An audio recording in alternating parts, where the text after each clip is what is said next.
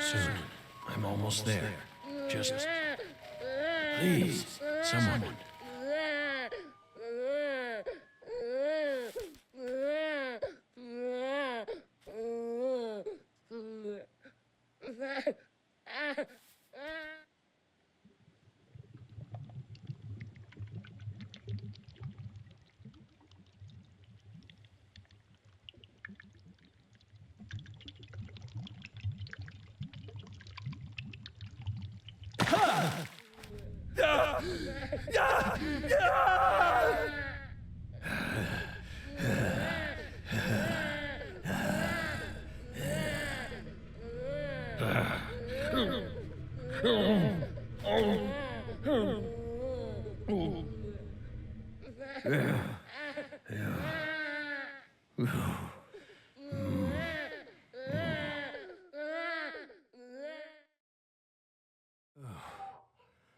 Oh. Oh. Oh.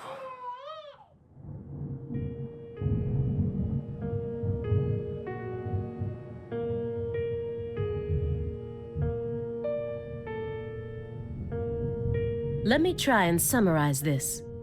Helena Doman was the mastermind behind the entire incident.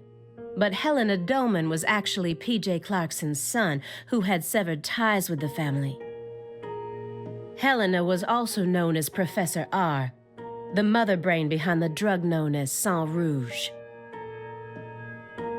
That's right. She was responsible for everything? Not everything, but most of it. Almost everything went according to her plan. But if you'd already figured out that much, why did you continue to stay in Le Carré? Because we had to. You had to? Whatever for? The goddess was still there. The goddess? The goddess of fertility. Lise Clarkson's body? Not her.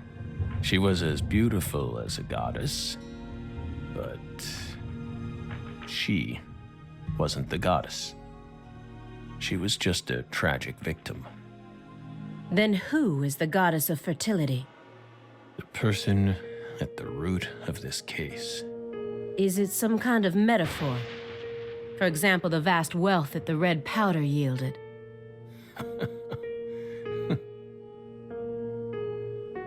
The goddess of fertility embodied abundance on the outside. But on the inside, she was a hollow void. And that void was threatening to swallow up all of Le Carré.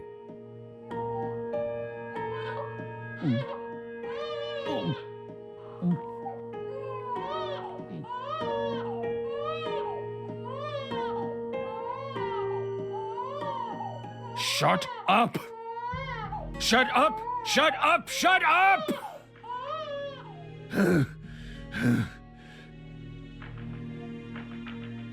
Are you okay, Mr. Morgan?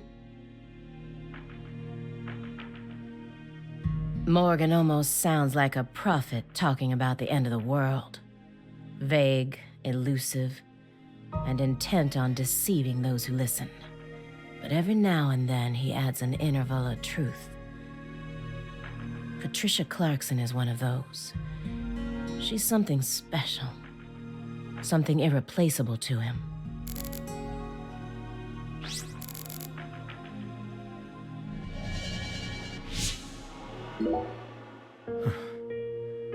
By the way, you're still searching for Patricia, yes? You don't need to worry about that. We're investigating. In fact, we've almost reached our goal. We just need to find some conclusive evidence. Oh, we sincerely hope that's the case. Hard to believe, though. After all, so far you've just been barking up the wrong tree. Barking up the wrong tree. That's right. You shouldn't be wasting time here. You should be out there, looking for her. Then I'll just ask you straight away. Do you know where she is? No. We don't. But we can feel her. When we close our eyes and become one with the world. It's very faint, but we can see her. We can see Patricia. Are you trying to distract me again? Or do you really expect me to believe you're clairvoyant or something?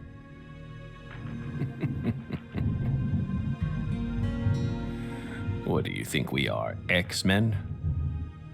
It's metaphysical offender profiling. He actually asked me where Patricia is? Does he have full confidence that we'll never find her? Fine. I can deal with that. I'll just ask him everything I can about the Le Carré case.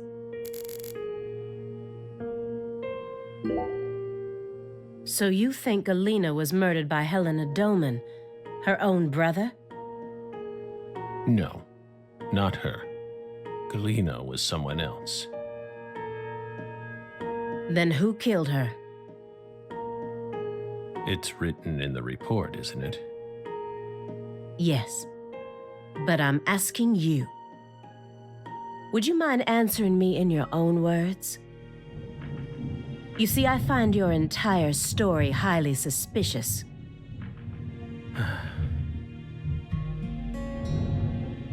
It's a complicated matter. Extremely complicated.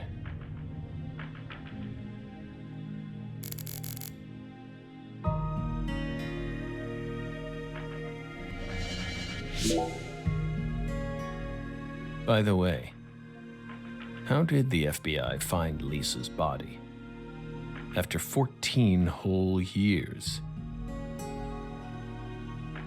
That's none of your business. Are you saying they just happened to be investigating the Clarksons' cold storage warehouse by pure chance? That there was some undercover terrorism plot afoot there? I said it's none of your business. Well, then we'll just have to guess. It was an anonymous tip. A tip related to Sang Rouge.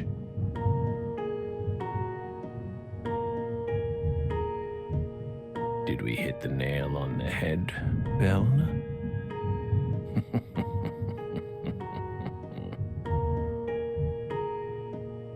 But that's not what we want to know about.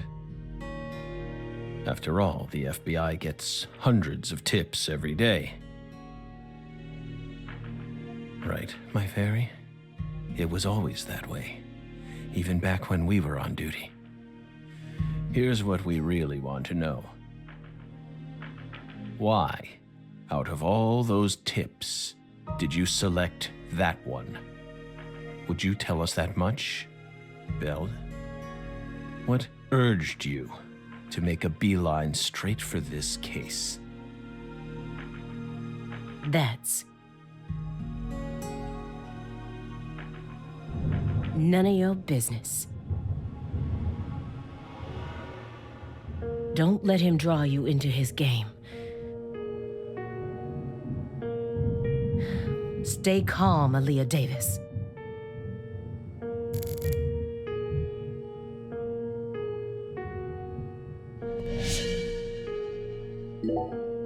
The future influences the present just as much as the past. You asked me why I spent an entire 2 days observing you before I came to speak with you. Well, here's why. Over those 49 hours, I observed the intervals between your actions. When you were neither doing something nor doing nothing. I intently studied your intervals between action to action, and action to inaction, to action. People reveal everything during the intervals between their actions.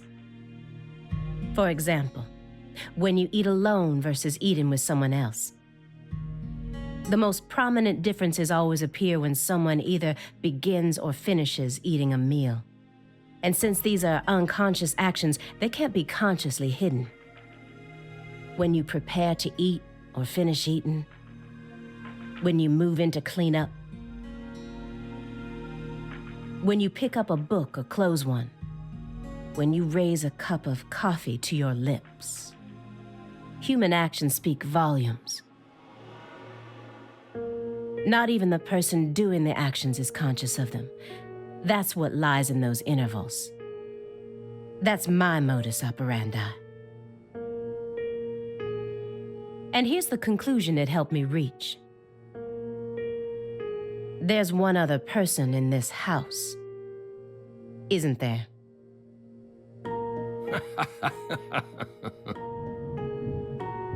You're incredible, Belle.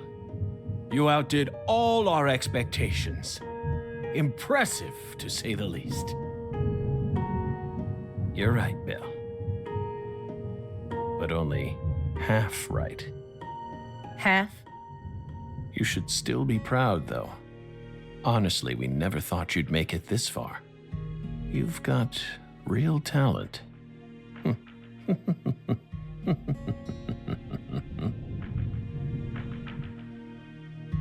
Most of what you say is disjointed and illogical. If this goes to court, I won't let you claim that your testimony is inadmissible just because of your little indulgence there.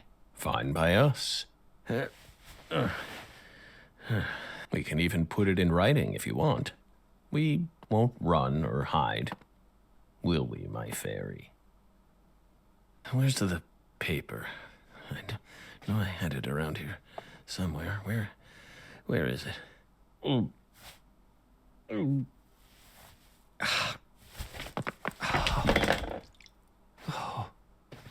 We're fine. Hey, everything okay?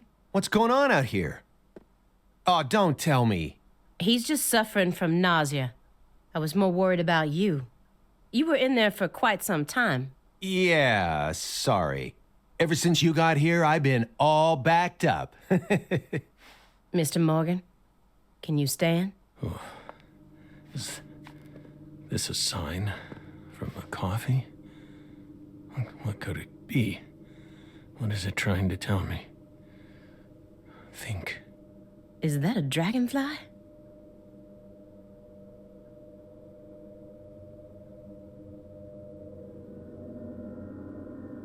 Footsteps.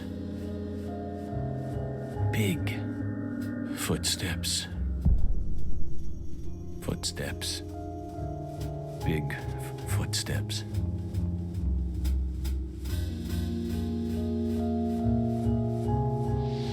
Some odd fella was following her around, stalking her like. That poor girl, Lise, she was a druggie. And she was into the really bad stuff. The Red Soul has the power to amplify the unique characteristics we all possess. Mentally and physically. That's why I created the holy red powder.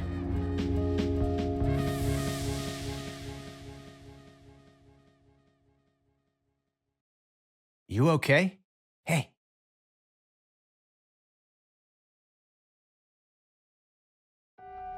We're fine.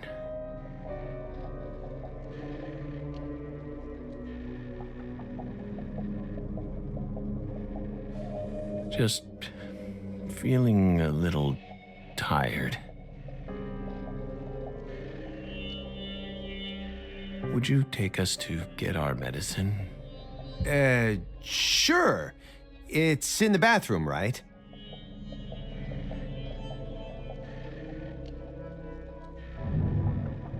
Whew. Seems like he's calmed down a little. We should let him rest for a while. One more step and I could have cornered Morgan. But so be it. I can still keep investigating even if the owner of this chair isn't present. Simon Jones, what a piece of work. How can anyone have such bad timing?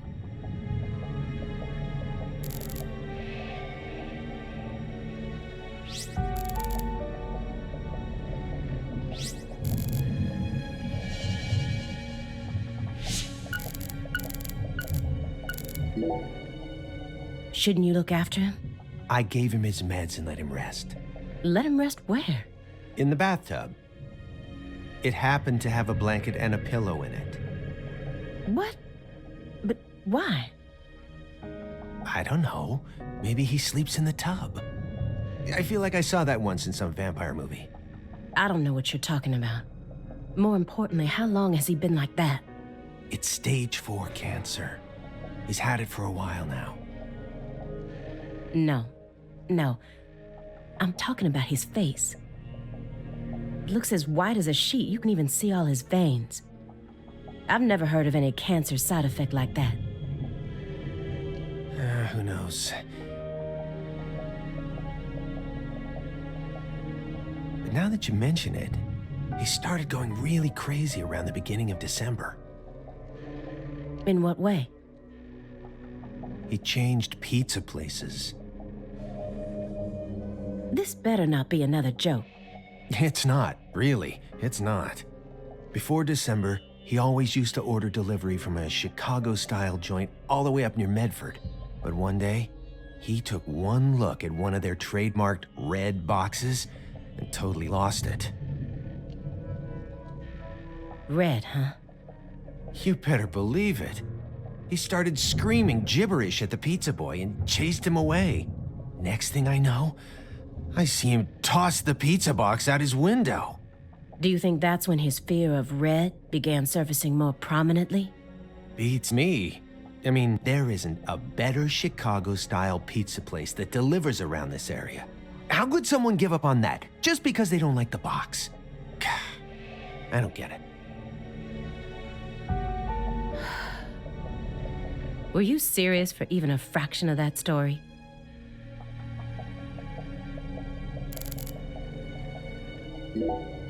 Let me get one thing straight. You started this investigation based on an anonymous tip, right? What kind of a tip was it? Phone or mail? What does that matter at this point? This may surprise you, but these kinds of details really eat me up inside. I always get hung up on the most insignificant of details, especially during the most vital times. For example, you know how people go to bed early the night before they have a big job? That's exactly the time where I start focusing on meaningless nonsense. When did I last clip my nails? How long is my milk good for? I just can't help myself. I can't resist the need to know. It's just the way I am. It was sent in an envelope. Postmarked December 28th, sent out from Louisiana. What did it have inside? A postcard with a dragonfly on it, a wrapped sample of Sang Rouge, and a note. What did it say? Investigate the Clarksons. FK. That's it? Yes, that's it. Who's FK?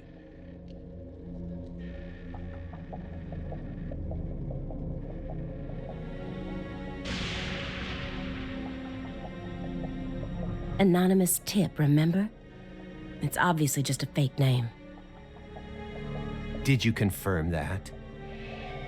Of course I did. Louisiana has a population of 4.5 million. The FBI database has a list of 6,682 individuals whose initials are FK. 1 out of every 6 individuals is a child under the age of 14, born after 2005. The remaining 5,500 people include those whose initials changed after they married or incarcerated individuals. That's when I stopped searching for FK, and I decided to change up my approach. It isn't important where the tip came from. All that matters is solving the case. I got this far by taking the most efficient route possible. Are you satisfied now? Yeah. Thanks. I feel a lot better now. Yep, it all checks out. The letter that was delivered to me bore the Clarkson symbol. A postcard decorated with a dragonfly. The mark of the Clarkson family. A single sheet of paper ordering me to investigate the Clarksons.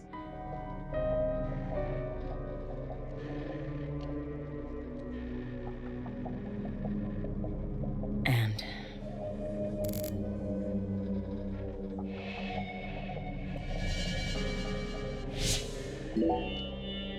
So, why did you decide to take this case? because it's my job. Really? I don't buy it. Why not? You aren't just following orders here. You've got way too much emotion invested in this. Some kind of special emotion. There's no use trying to hide it. Despite how I may look, data analysis is my forte. I know how to see through lies. I don't mean to be nosy, but would it kill you to confide in me a little? I didn't manage to live this long simply because I'm fiendishly handsome. And we're going to be tiptoeing across a thin line of legality with the rest of this case, so I'd prefer to have some probable cause. That way, at least I can back you up when you need me to. There exists in the world a single path along which no one can go except you. Whither does it lead? Do not ask, go along it. You're pulling out Nietzsche at a time like this? Come on. I have a little brother. After overdosing on a certain drug, he was thrown into rehab. He's been clean for 2 years now, but he still won't utter a single word. All day long, he's plagued by hallucinations. He can't tell if he's dead or alive. If this is reality or if it's all a dream. Sang Rouge. That's right. The doctor can't tell what's causing his condition, so they can't treat him. He just told me to prepare for the possibility that I may never get my brother back. This was his. I bought it for him after he graduated high school and found a job. He never got a single chance to wear it, though. Someday, I believe that he'll get better. And I'll get to see him put this on and head out to work. So you think that if we nab the person behind all this, we may figure out how to conquer the addiction? Right. You really think it'll be that easy? I don't know. But I can't just sit around and do nothing. He's the only family I have in the entire world. What about your parents? When I was only 13, Katrina took him, leaving my 7-year-old brother and I behind. I'm sorry. It's fine. I've already dealt with my past. Now I'm just working as hard as I can to complete the duty I've been given. Yeah. Hey, Agent Jones. I just want to double check one thing. You didn't find anything in the bathroom. Nope. Nothing in there. It must be the bedroom then. Just like... Are you serious about this? Huh? Now you're having second thoughts? Well, not exactly. Then what?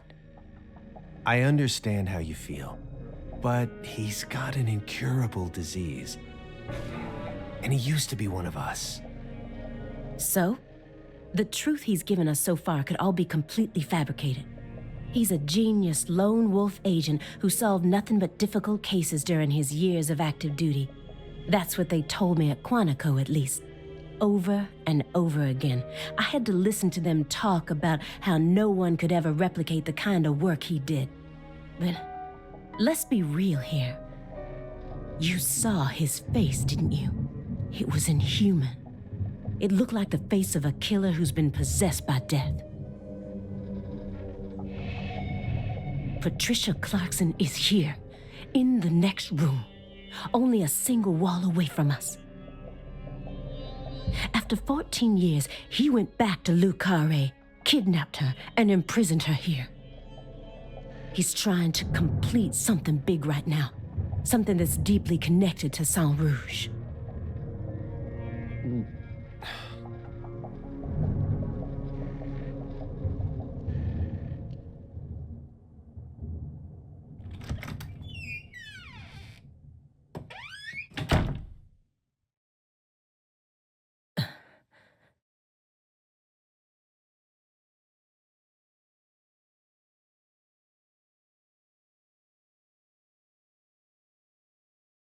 What is all this?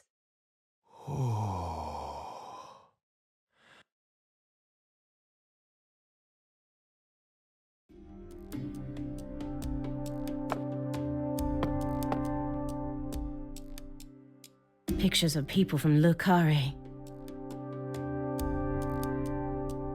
And this wall is dedicated to Greenvale. All the deceased have been crossed out.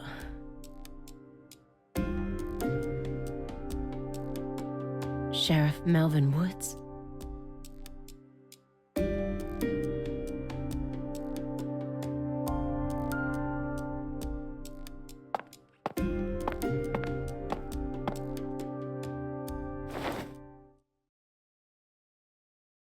Lise Clarkson? Where's Patricia?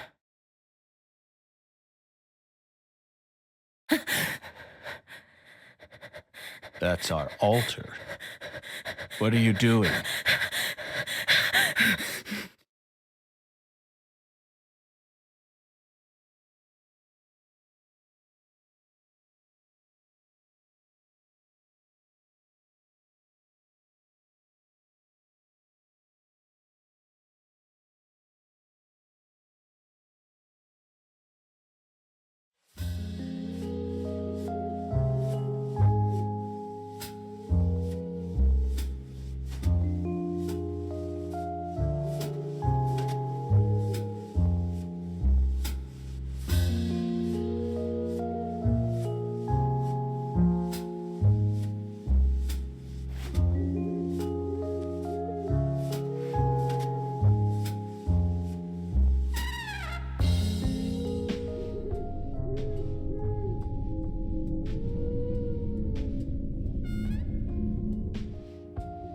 York!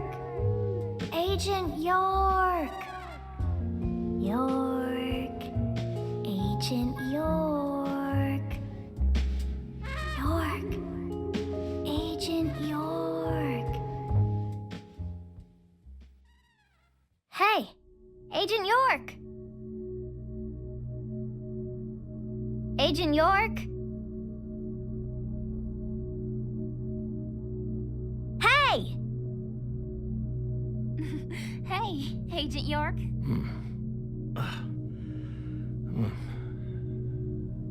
You're Lise Clarkson.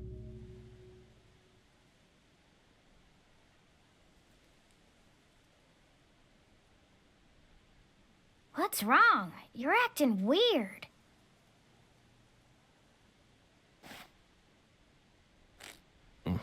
Sorry, Patty, I'm fine now.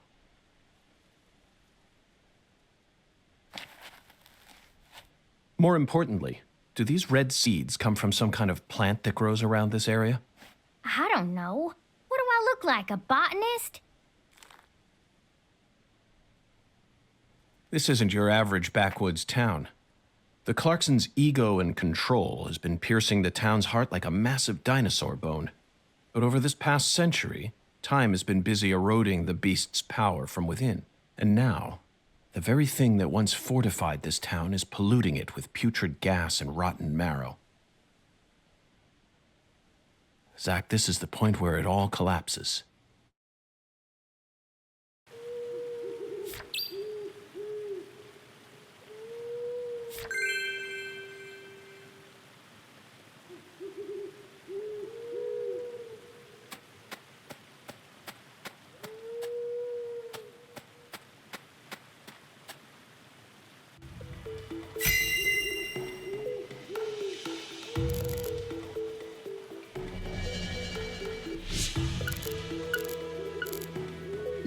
Zach, this is an ominous sign. Among all the different footprints here are a set made from engineer boots. Yes, I know. He probably only made them when he came to inspect the scene. I'm sure that Patty and I left our own set of prints here too. But how do you explain the set that's inside the yellow tape?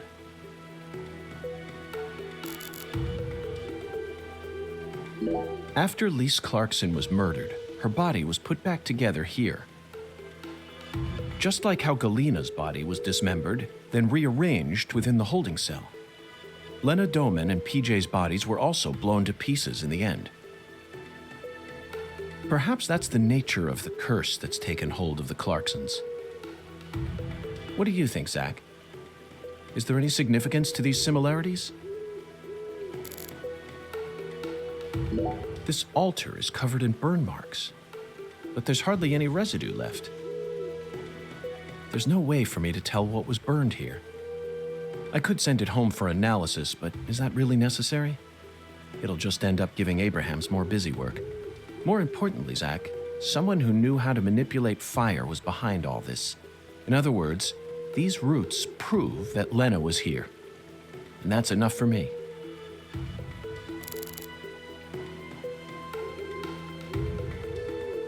There's some decomposing cloth here. We saw the same type of cloth at the sugarcane plantation. They must have used that cloth when they transported Lisa's body. But who cares about mundane evidence like that? This isn't a case that can be solved by gathering the kind of evidence we'd need to submit to a court.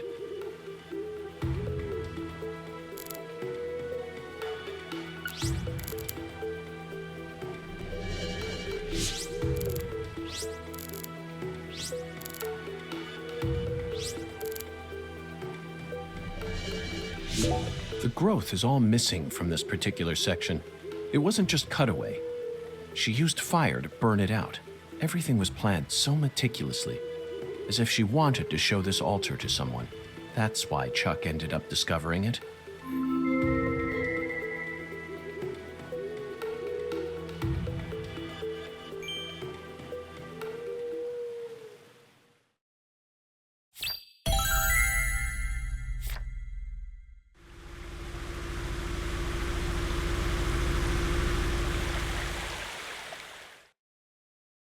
Hey!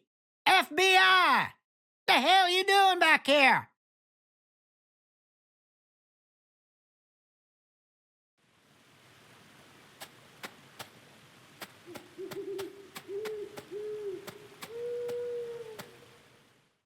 You already solved the case, yeah? So go on! Get your ass out of town!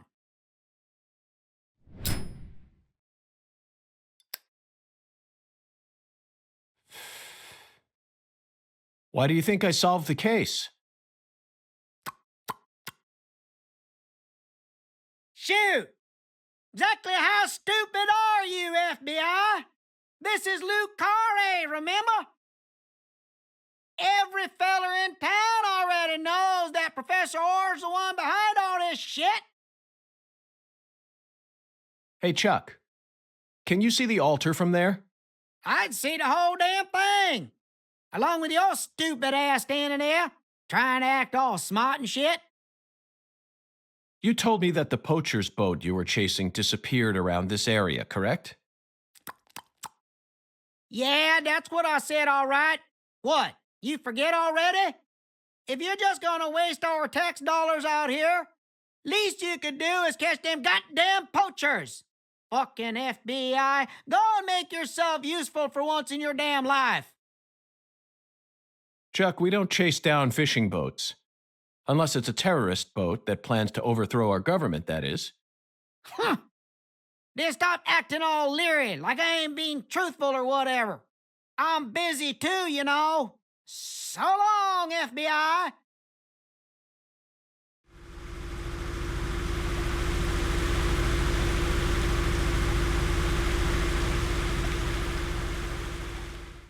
Zach, he just taught us what the true purpose of this altar is.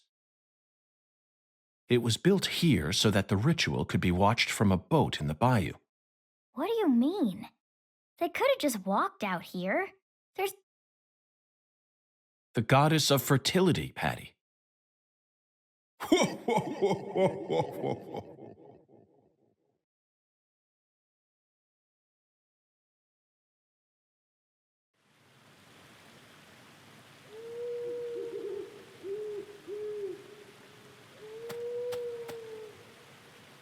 Did you notice anything strange?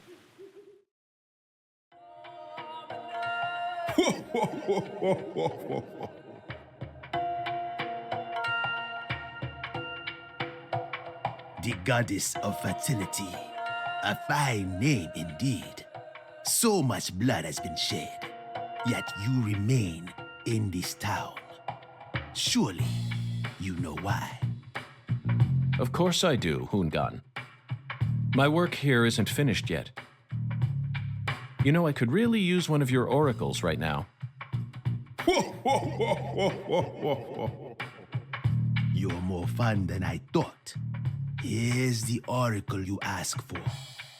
Listen with your heart. Speak to the 17 comrades who saw the birth of New Orleans. Feel the holy Allah. The giant lady's finger points down toward your goal, the entrance to the forbidden. Poetic and graceful as ever, Hungan.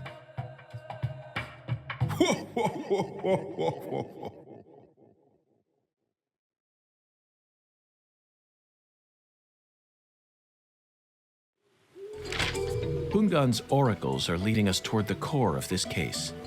That's the one thing I'm sure of. But don't misunderstand, Zach. I'm not blindly following him. I only follow my intuition. Metaphysical offender profiling. That's all there.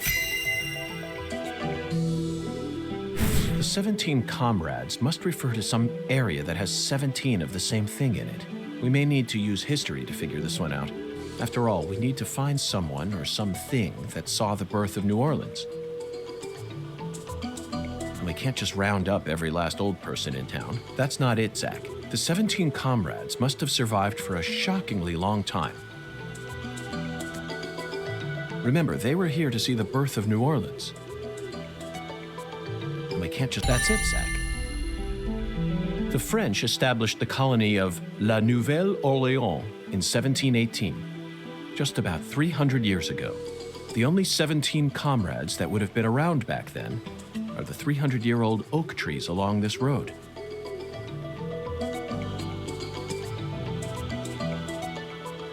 A majestic road lined by oak trees. Come on, let's go ask these sages of Lucare for some help on our investigation.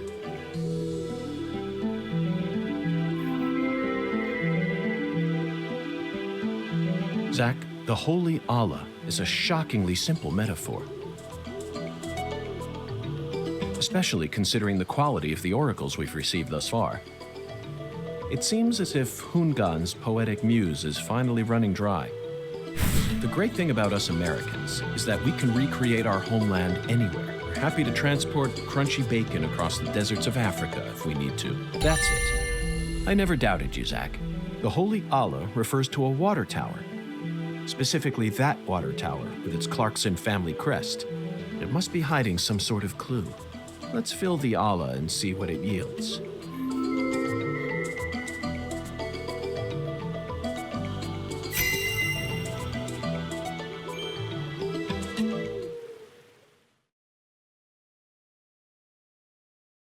Zach, what do you think the giant lady's finger is? I'm at a loss. I never thought one of Hungan's childish riddles would force me to think so hard. But, oh well. I'm sure that as we deal with the rest of the oracle, it'll reveal itself to us. What? Is there something on my face? Listen carefully, Patricia. As my skilled assistant, I trust you a great deal. So I want you to answer me honestly. Answer what? Do you have any idea where Melvin might have gone? No. He didn't seem to be acting or talking differently than usual? No. I don't think so. Okay, I believe your words. Zach, we have a lot of work to do. It feels like we're finally approaching the climax here.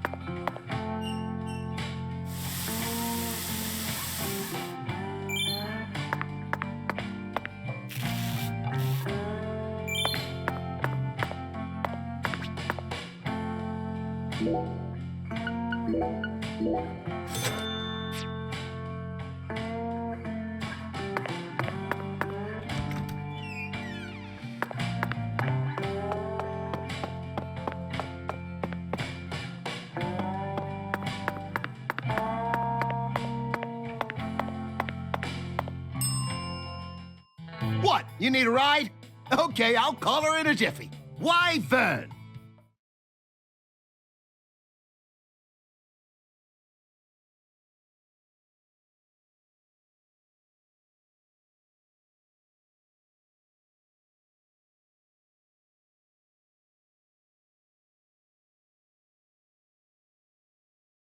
Even I can feel it. You almost got this sucker solved, ain't you?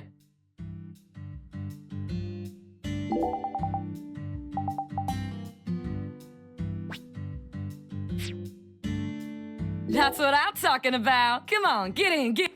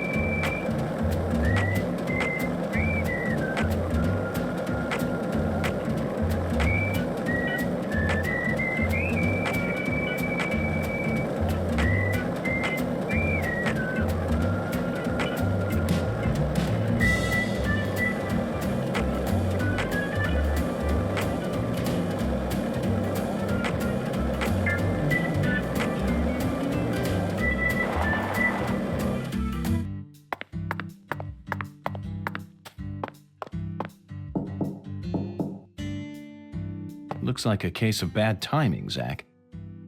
Let's come back later.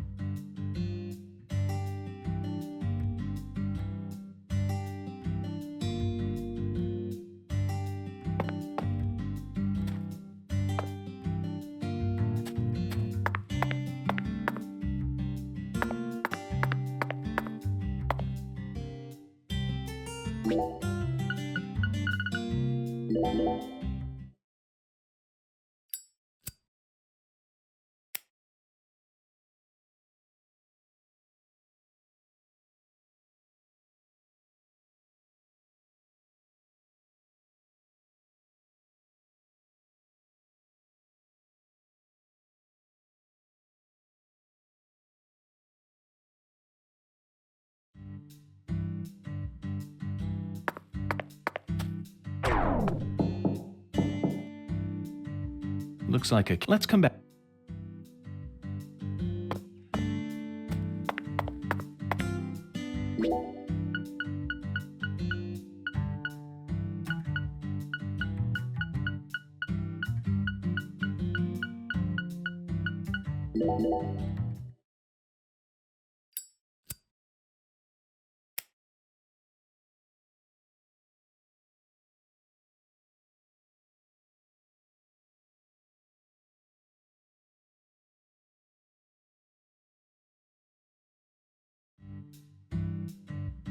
Zach, I can't go on. We need to eat something. At this rate, I'll be the first FBI agent to die of hunger while on duty.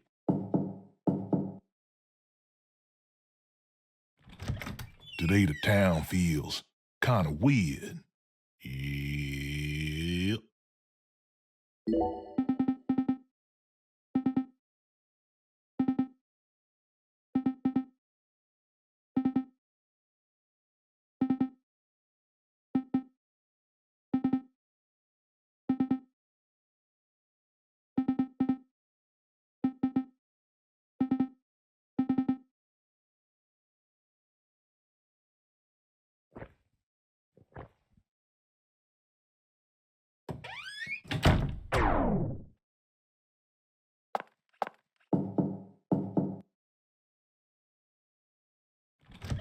Today the town feels...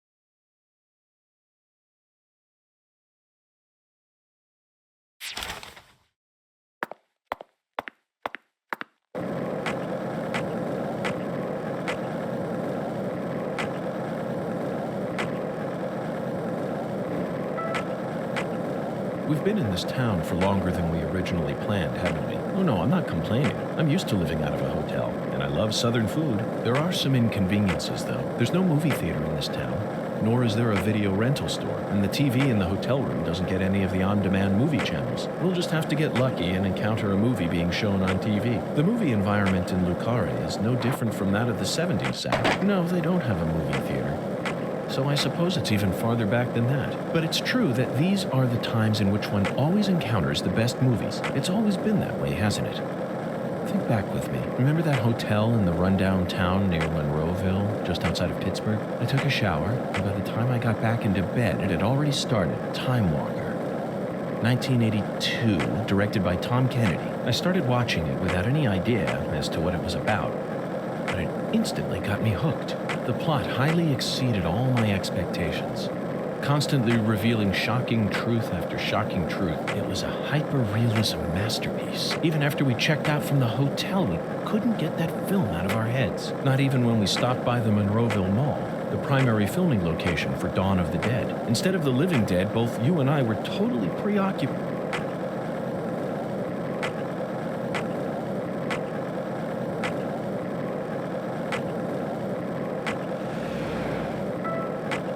Lena Doman, aka Professor R. How could such an intelligent person like her suffer such a tragic downfall? Does the South really corrupt people like Patty said? This sunlight certainly seems capable of breaking someone down, no matter how you try to resist.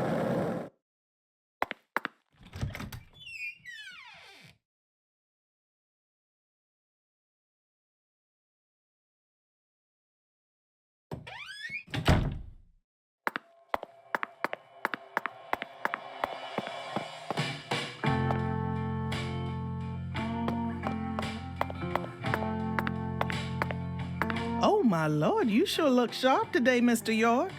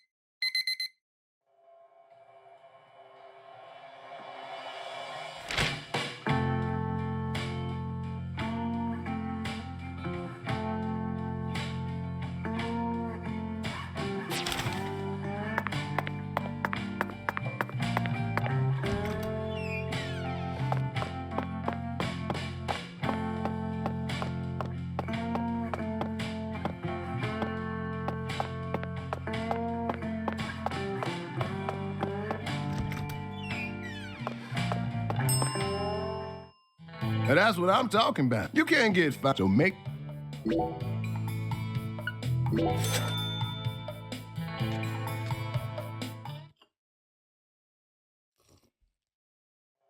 Thanks, mister. Next time you get a hankering for old-time creep...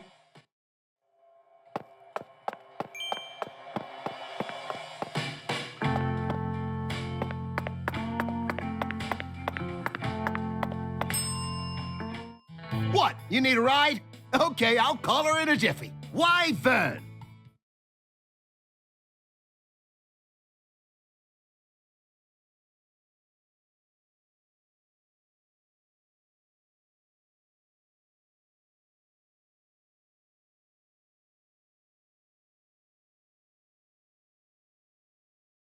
Even I can feel it. You almost got this. That's what I'm. Come on, get.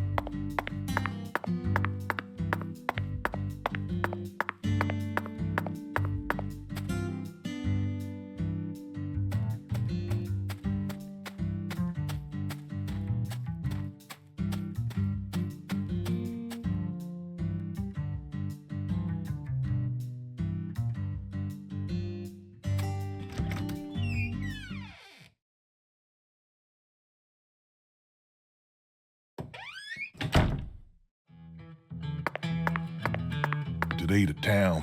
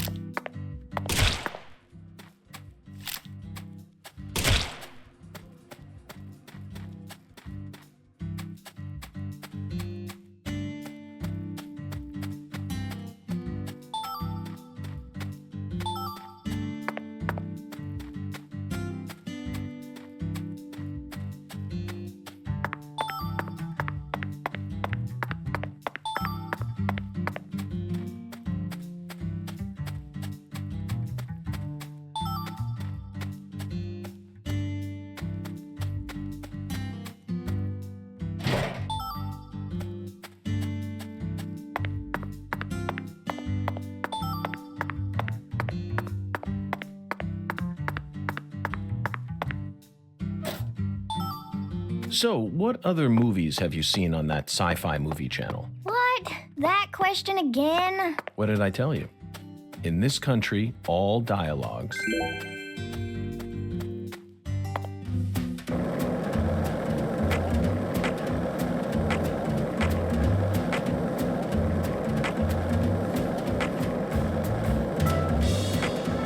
Why do you think the Clarksons chose a dragonfly for their family crest? In some European countries, dragonflies are called devil's needles, and folklore suggests that they fly around, sewing up the mouths of children who don't do as they're told. In Japan, some samurai helmets are also shaped like dragonflies. There, dragonflies are seen as beneficial insects who march valiantly ahead, preying on the pests that devour crops. In other words, dragonflies symbolize opposite things depending on whether you're in the east or the west. But why did the Clarksons choose this insect to be their symbol? I can't help but feel like it's something deeper than the cliched image of dragonflies as guardians of crops. Hungan called the dragonfly a flying serpent. What if his interpretation was right on the mark? The Clarksons are serpentine, savage,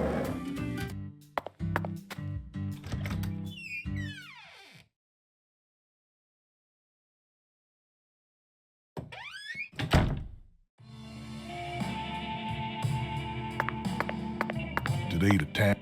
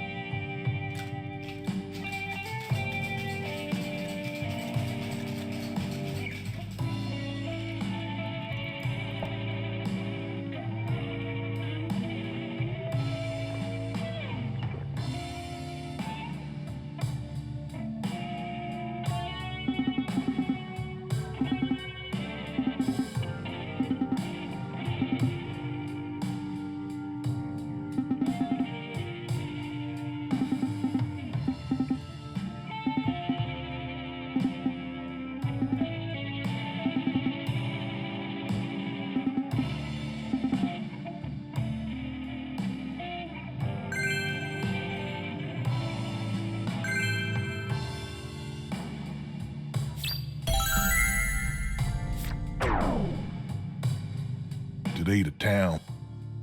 Sometimes, yeah.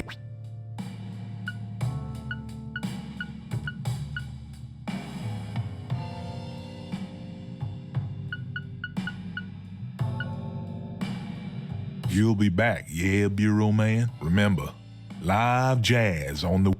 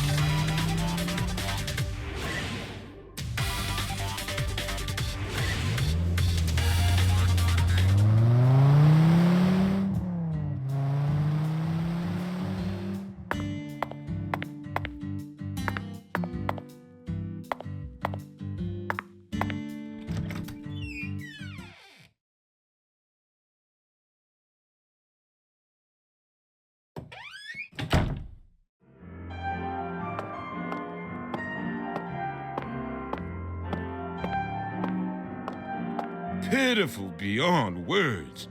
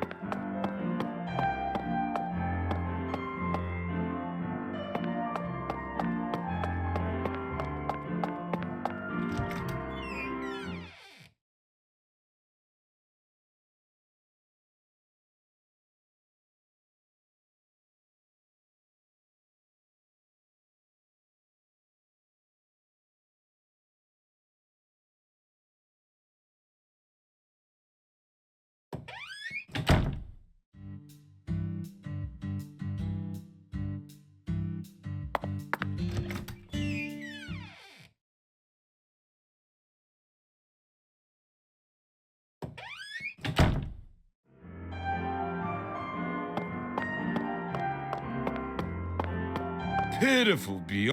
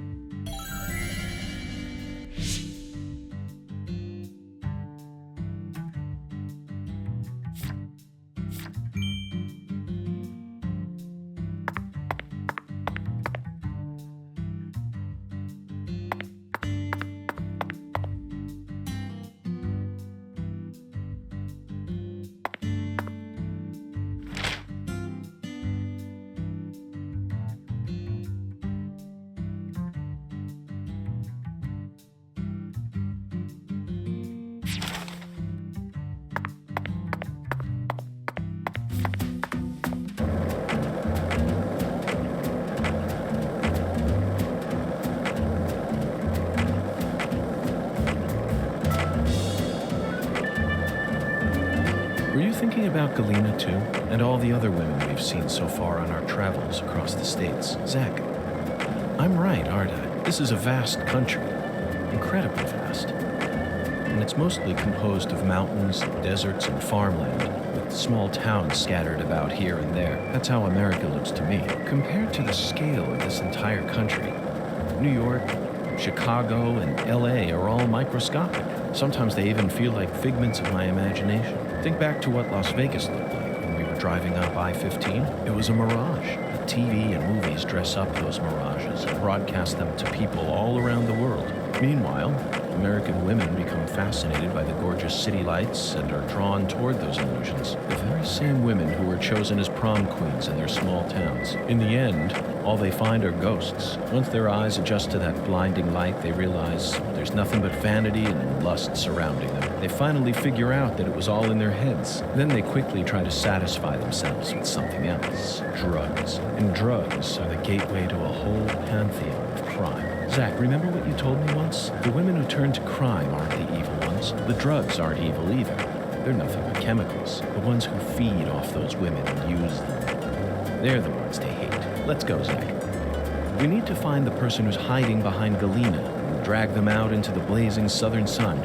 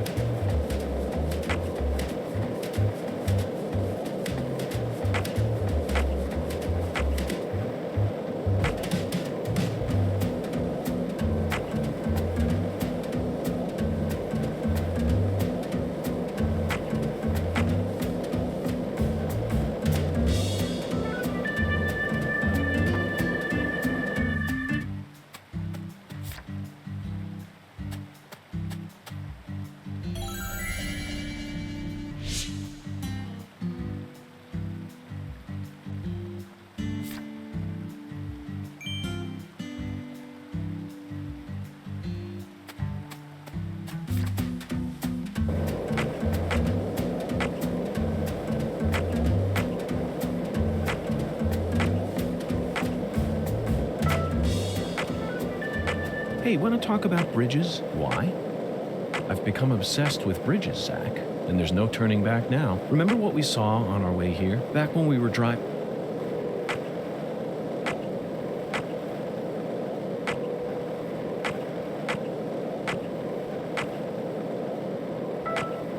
We've been in this town for longer than we originally planned, haven't we? Oh no, I'm not complaining. I'm used to living out of a hotel, and I love southern food. There are some inconveniences, though. There's no movie theater in this town. nor is there a video rental store, and the TV in the hotel room doesn't get any of the on-demand movie channels. We'll just have to get lucky and encounter a movie being shown on TV. The movie environment in Lucare is no different from that of the 70s, Zach. No, they don't have a movie theater. So I suppose it's even farther back than that. But it's true that these are the times in which one always encounters the best movies. It's always been that way, hasn't it? Think back with me. Remember that hotel in the rundown town near Monroeville, just outside of Pittsburgh? I took a shower, and by the time I got back into bed, it had already started. Time Walker. 1982, directed by Tom Kennedy. I started watching it without any idea as to what it was about, but it instantly got me hooked. The plot highly exceeded all my expectations, constantly revealing shocking truth after shocking truth. It was a hyper-realism masterpiece. Even after we checked...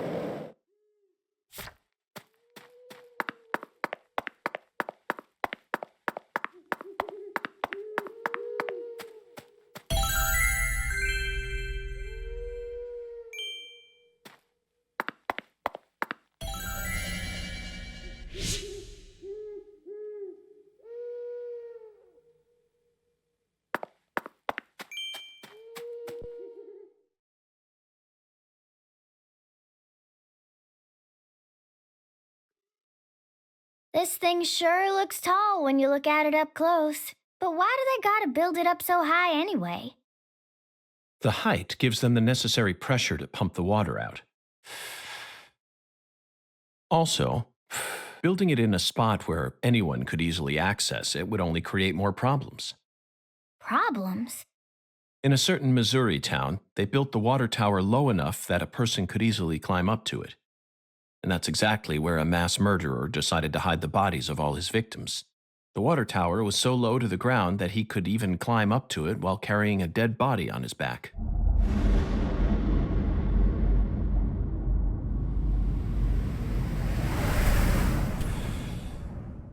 Incidentally, they ended up finding a total of 43 bodies in there. But the part that truly shocked Zach and I wasn't the number of bodies, Patty. What? It was the fact that over the 6 months from the first murder to when the case was solved, that whole time, the townspeople had been drinking the water. Agent York, look! I think we can climb up from there. Let's go. But Patty, I was just getting to the good part.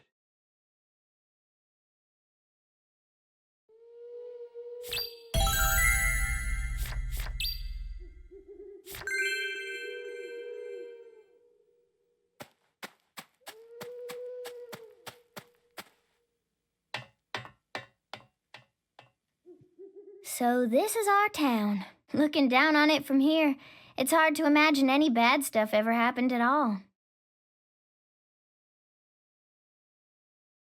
Listen carefully, Patricia. You just leave Melvin to me. I promise I'll take care of things. You're grown up. You're more of an adult than anyone else in this town, I guarantee it. But that doesn't mean you have to suffer through everything without ever saying a word about it. Just remember that, okay?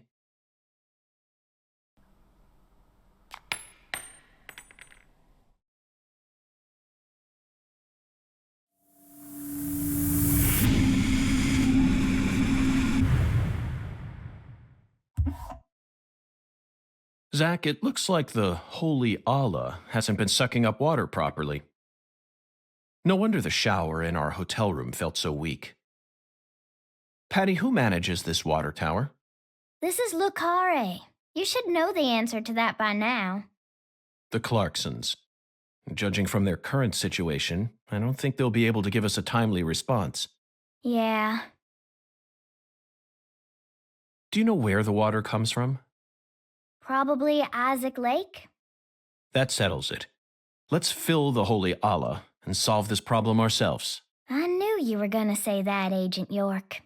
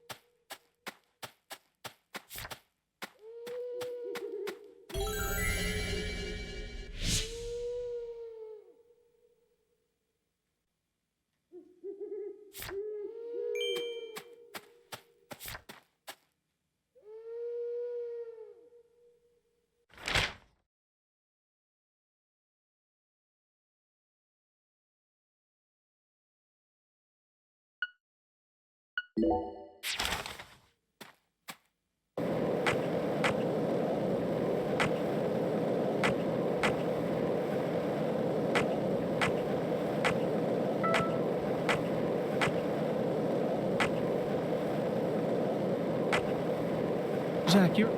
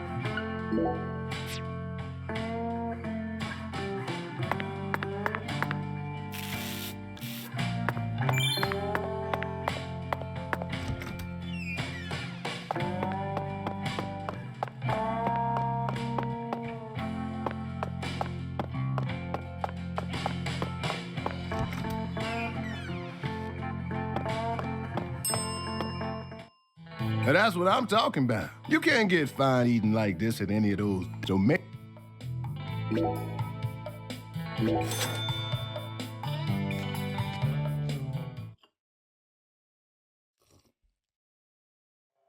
thanks, miss. Next time.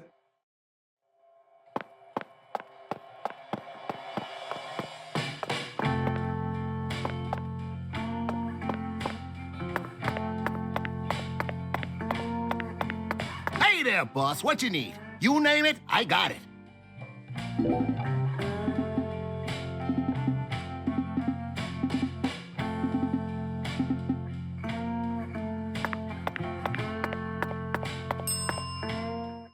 What? You need a... Okay, why?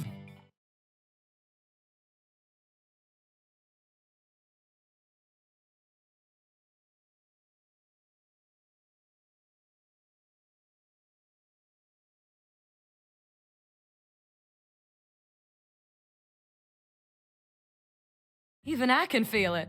You almost got this sucker solved, ain't you?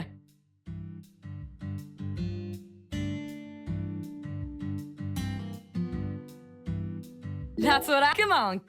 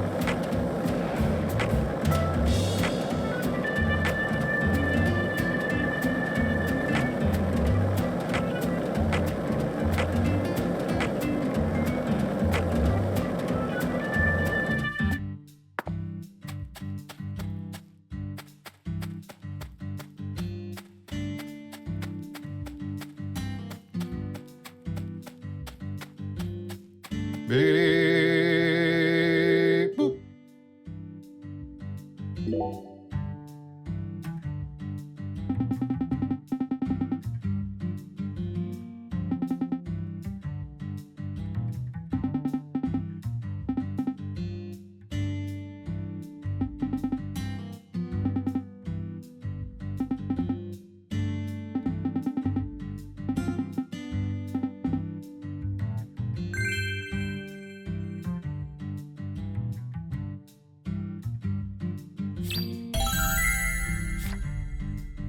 Beep, boop.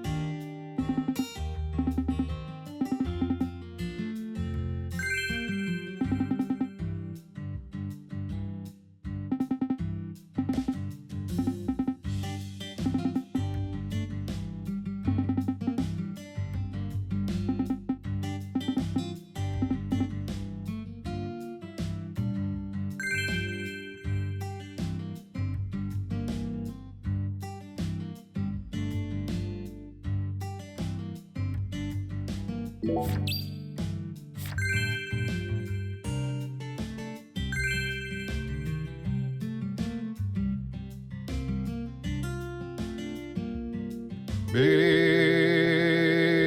boop.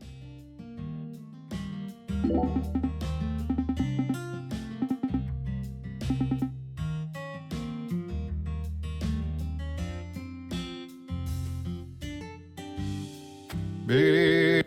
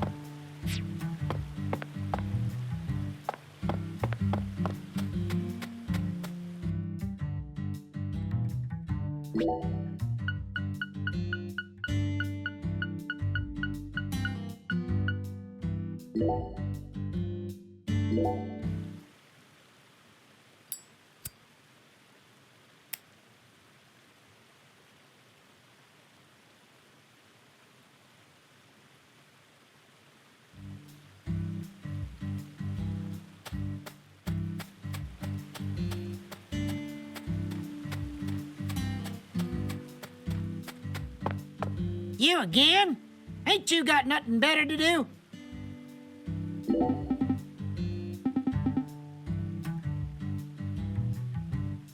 You again? Ain't you got nothing better to do? Well then, stop wasting my damn time!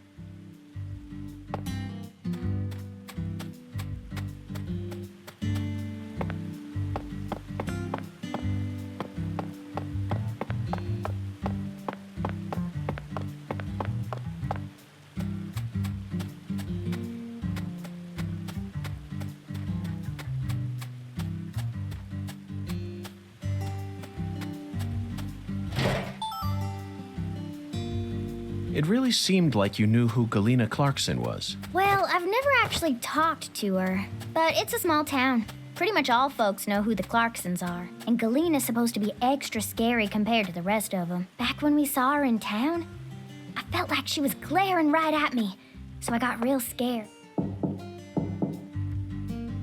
Looks like a case of bad timing, Zach.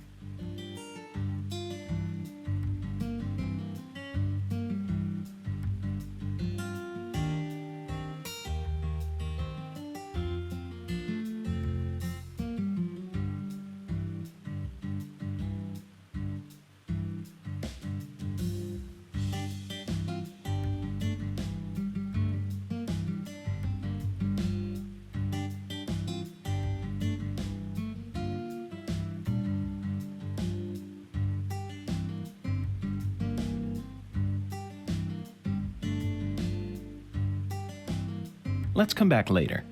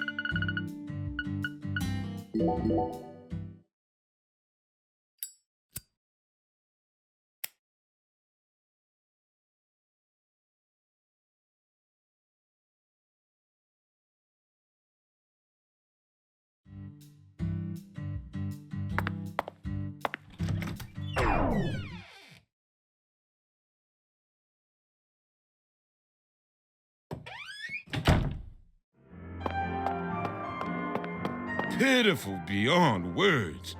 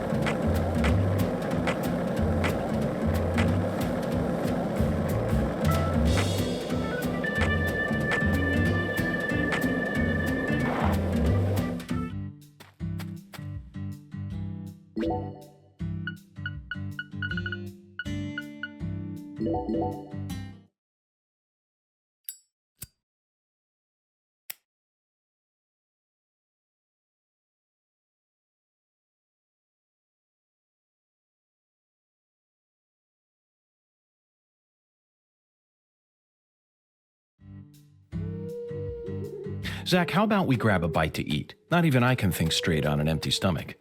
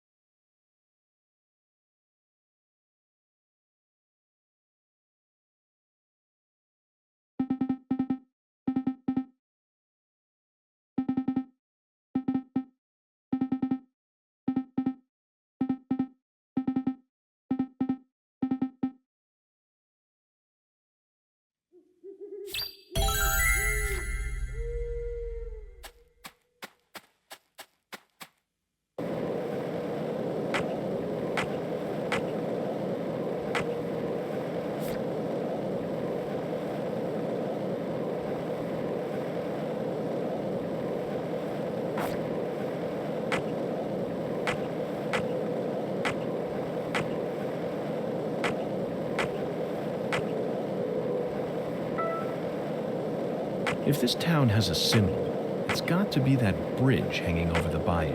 Lift bridges are truly a rarity. Reminds me of Duluth, Minnesota. Remember what happened?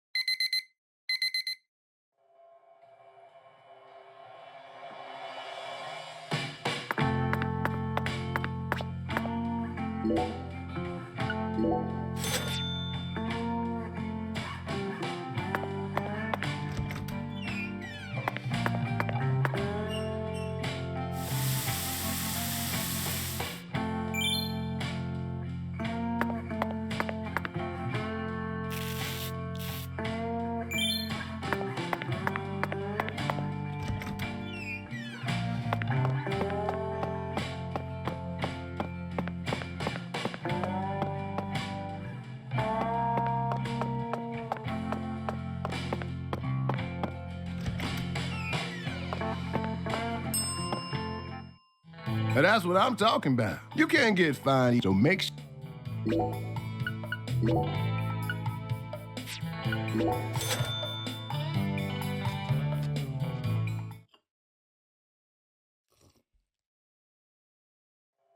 Thanks, mister. Next time you get a hang.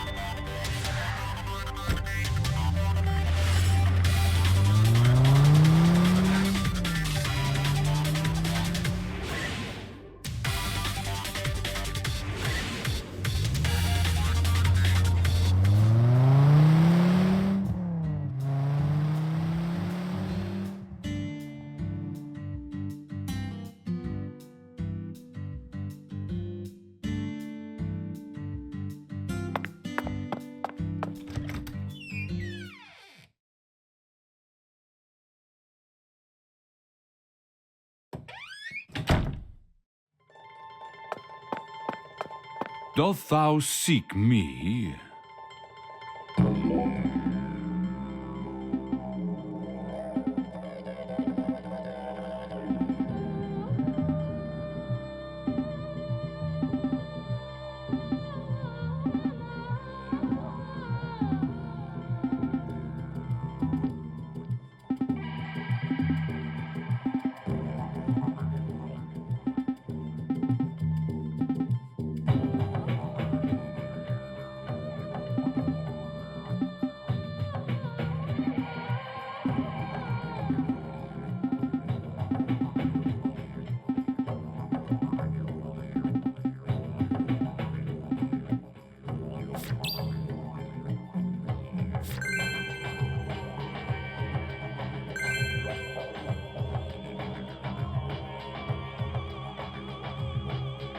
Doth thou seek me?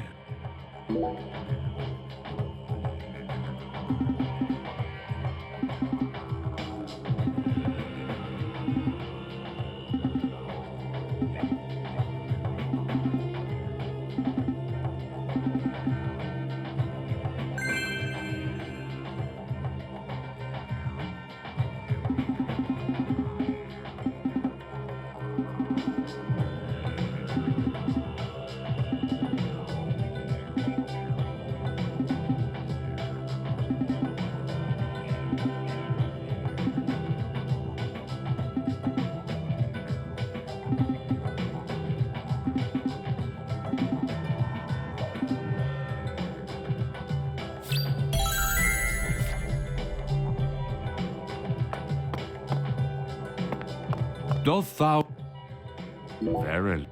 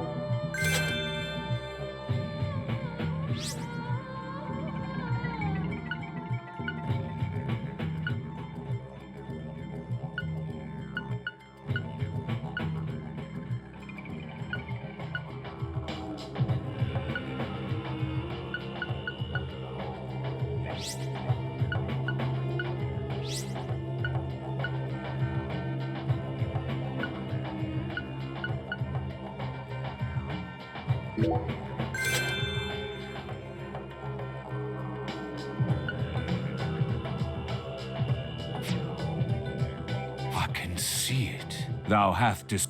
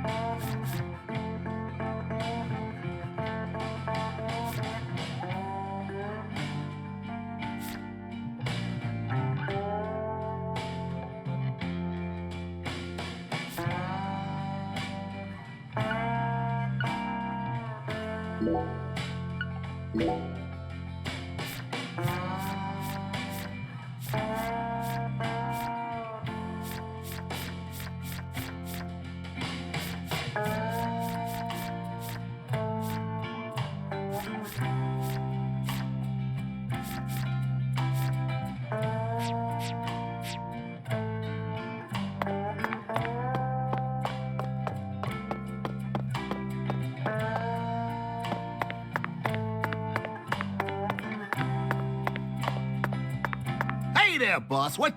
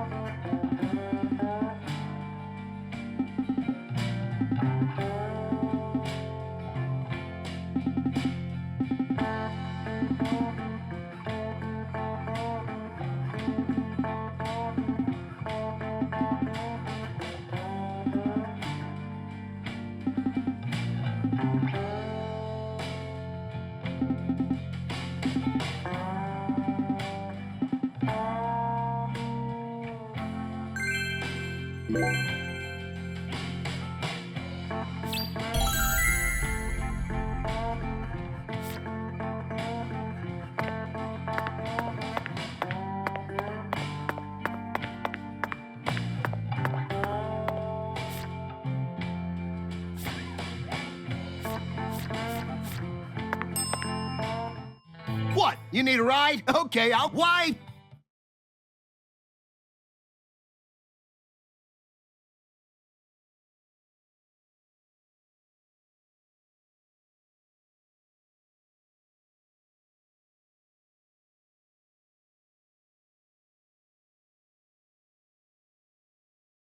Even I can feel it. You almost got this sucker solved, ain't you? That's what I'm talking about. Come on.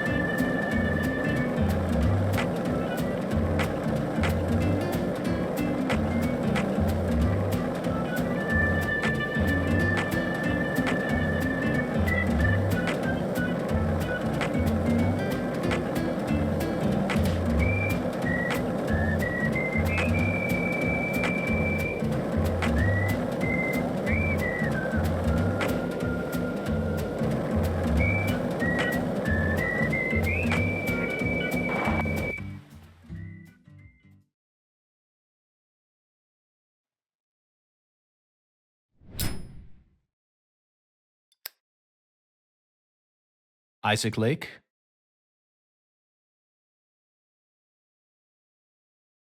That's the name of the former head of the Clarkson family. When he retired, they built this lake to commemorate his career. That's why it's called Isaac Lake.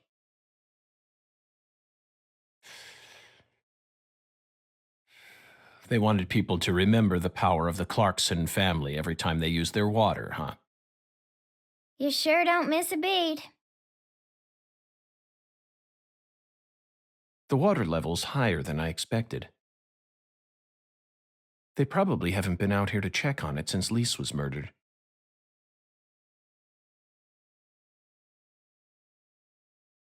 I bet that's where the water gets sucked up into the water tower.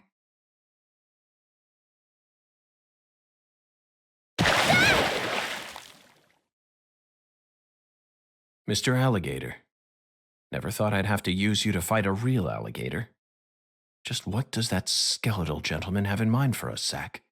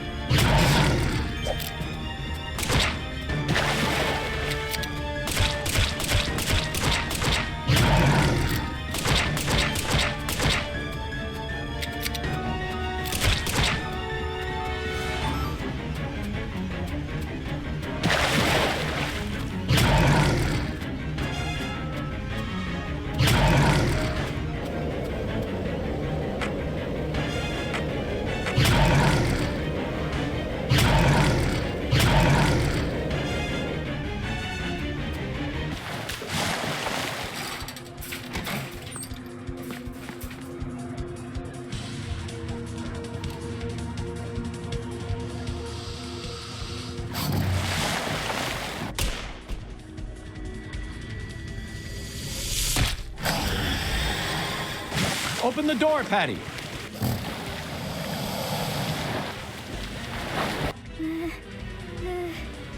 Now, Patty!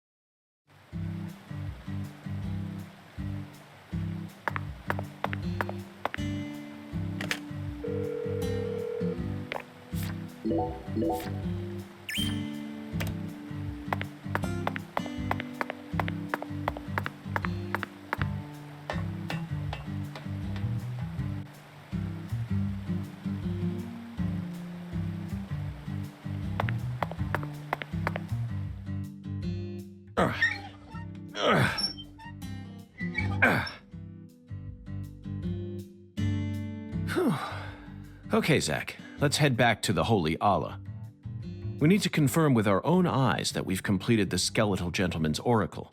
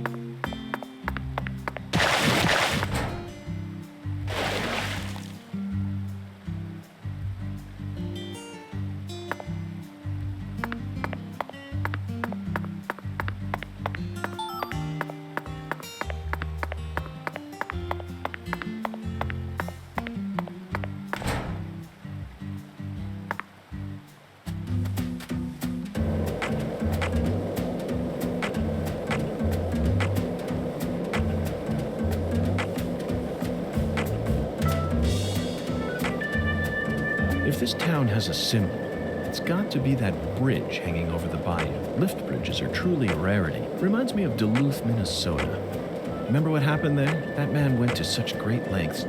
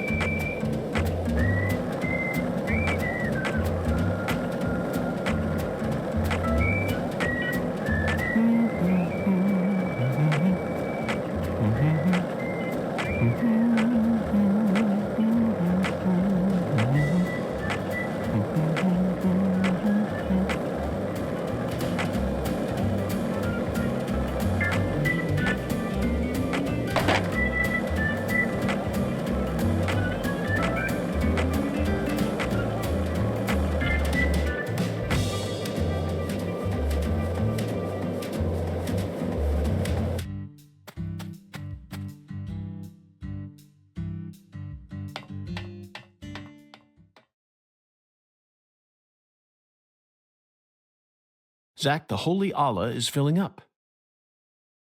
Looks like we'll be able to take a warm, invigorating shower tonight.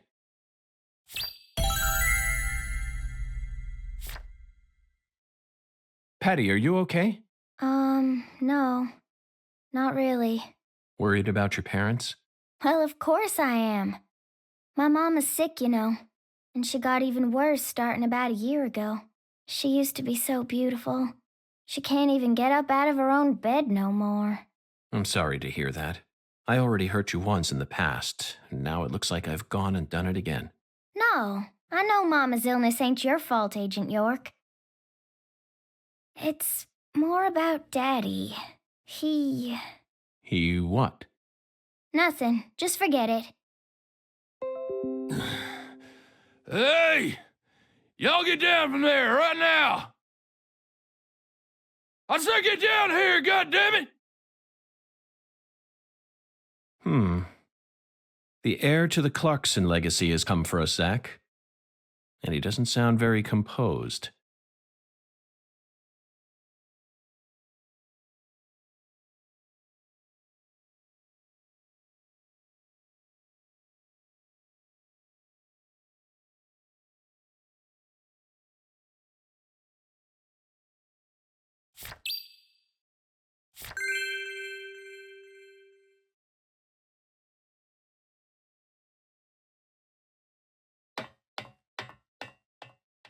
You rotten little snakes!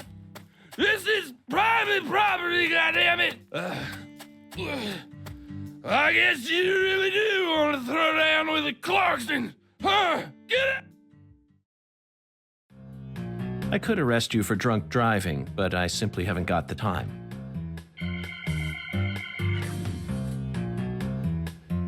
What? What did you say?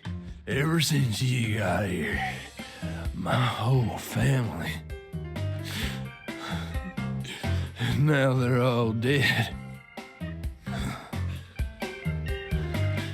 You're Satan. You came here to destroy the Clarksons. You destroyed them. Satan. Satan? Not quite, Daniel. I'm just an agent carrying out a mission in accordance with federal law. On the contrary, I came to put a stop to all these problems. You might even consider thanking me for it. Federal law.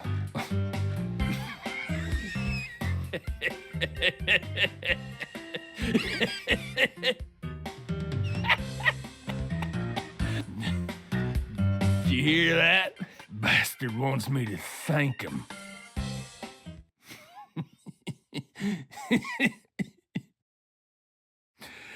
I lost everything. At least my old baby girl. I don't know. I don't know what I'm gonna do now. You reap what you sow. God damn it. Whether you like it or not, you're the new heir to the Clarkson legacy. You could rebuild their empire, or resign it to the ravages of time. Do whatever you like. But you'll no longer be able to borrow a certain someone's power and march around like you own this town. You need to accept that and prepare to survive.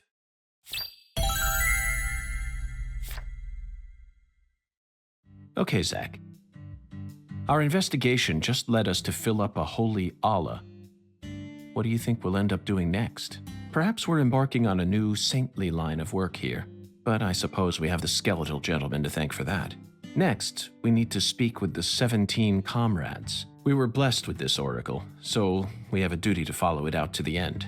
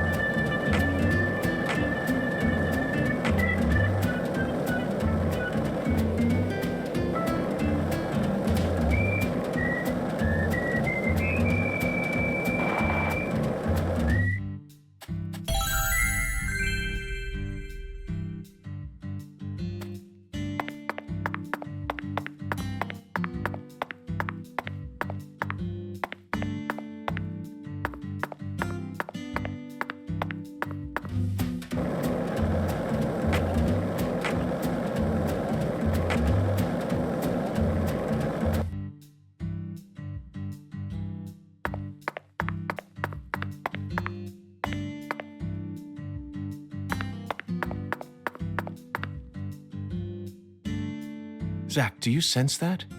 These trees have watched over this land for the past 300 years. Long before the Clarksons built up their town, these trees were here. If they could speak, I wonder what they'd have to say about this case. Has there always been a different number of trees on each side? Yeah. I heard that by the time our town came along, there were only 17 left.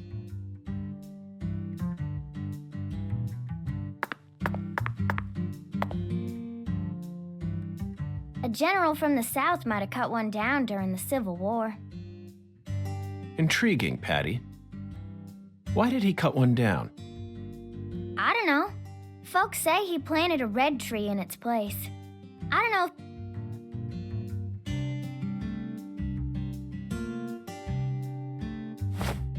Zach, the shape of these seeds.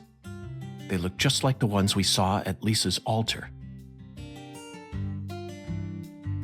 Patty, it appears that legend about the red tree wasn't a total lie. The first tree is withered and gone, but the shells from its seeds remain. Perhaps that red tree left some descendants somewhere else.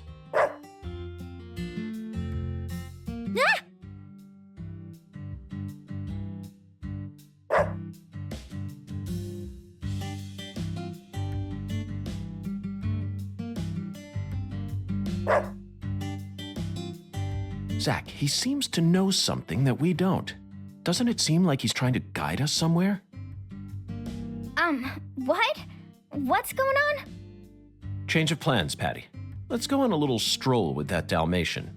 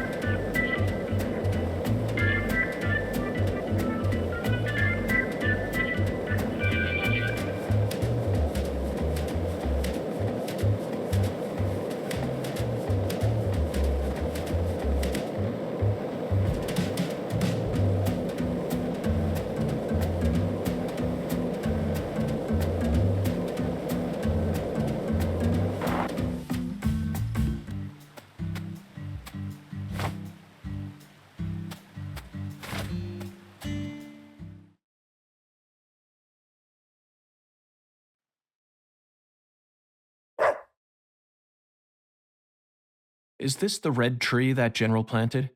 No way! This is a maple tree. A maple tree? Then it shouldn't be red at this time of year. You're right. That's strange. A long time ago, my mama and daddy used to come here together a lot. They told me they used to go on dates here, back before I was born. Mama would make sandwiches, then they'd come here and eat them together. My mama was really pretty, you know. When I was a kid, I believed she was a real goddess. Under the boughs of a legendary tree that stayed red all year long, one man managed to win the heart of the most beautiful girl in the world. And they call him Melvin Woods.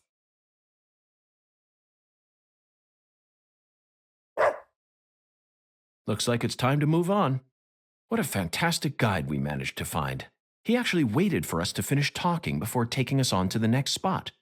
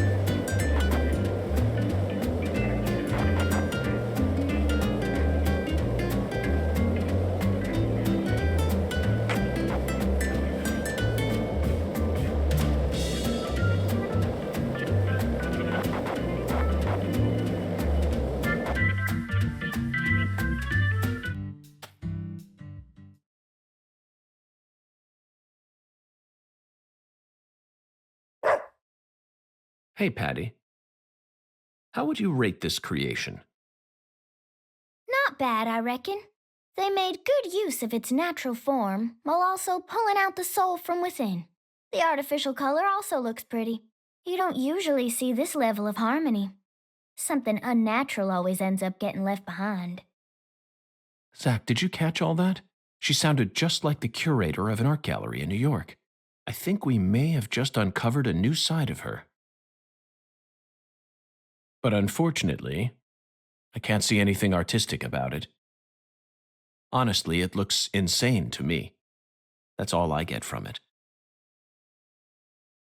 And there's no way that this is a descendant of the tree that the general planted.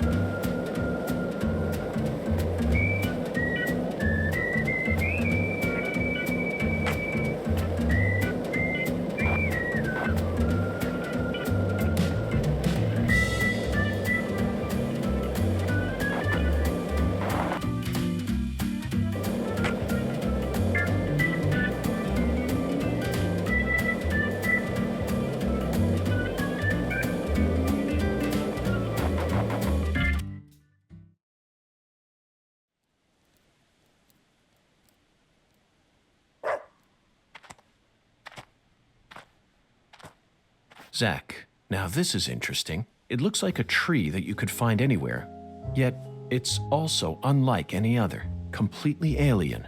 And look how it's weaved its way into the landscape.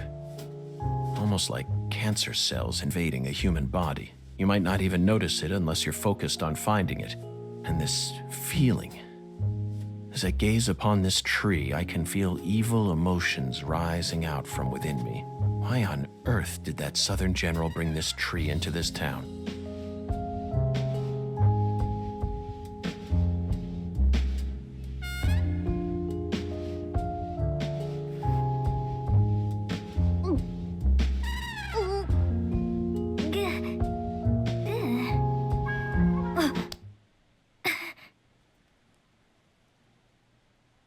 I promise to protect you from all the evil in our world.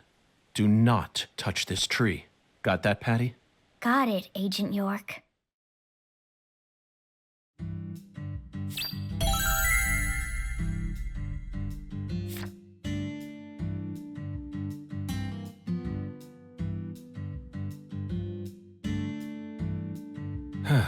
Zach, it's no use. The skeletal gentleman is a strict one, that's for sure. We're going to have to figure out what the giant lady's finger is if we want to continue on with this oracle. Lady's finger. Lady's finger.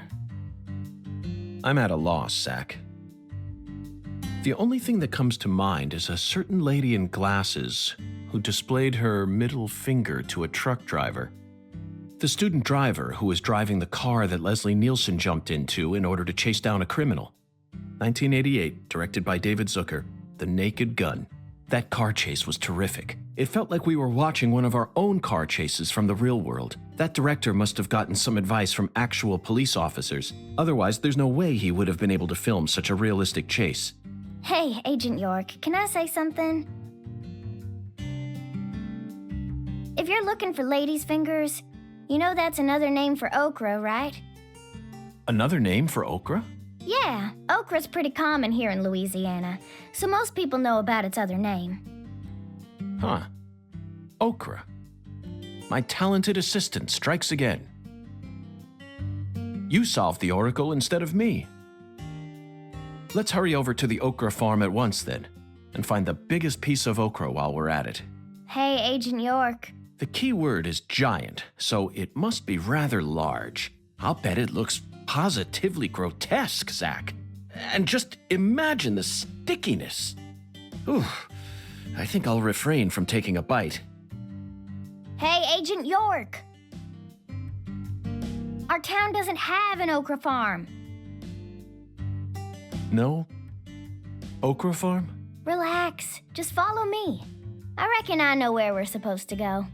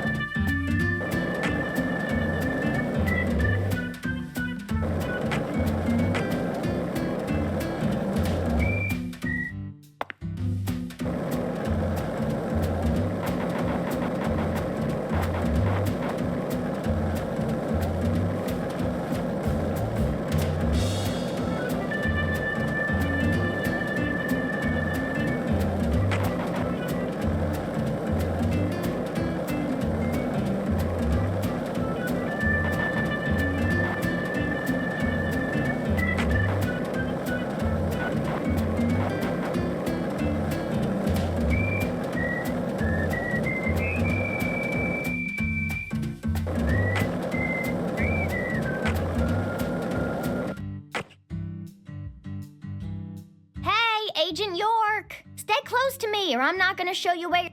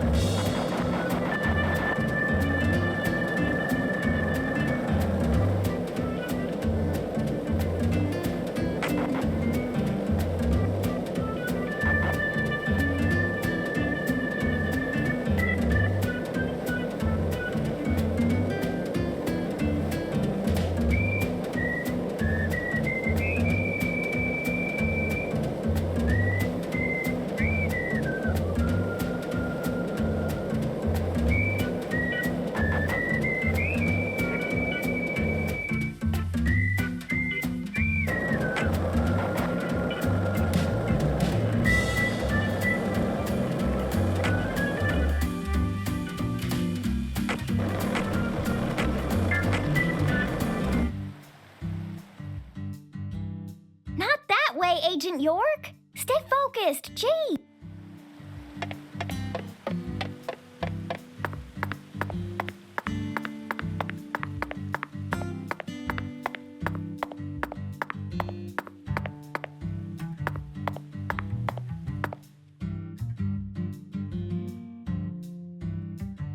This is the giant lady's finger, Okra Boy. He's kind of like the town mascot. Okra Boy. You're right. No matter how you look at him, he really is a giant lady's finger. But Patty, there's no okra farm in this town, is there? That's right. Then why did they choose Okra for the town mascot? Good question. He's been here for as long as I can remember. Daddy said he remembers Okra Boy being around when he was a kid, too. The plot thickens.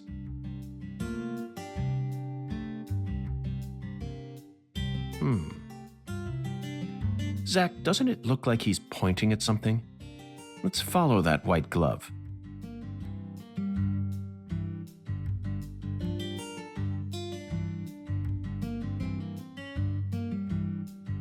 Patty, that's it.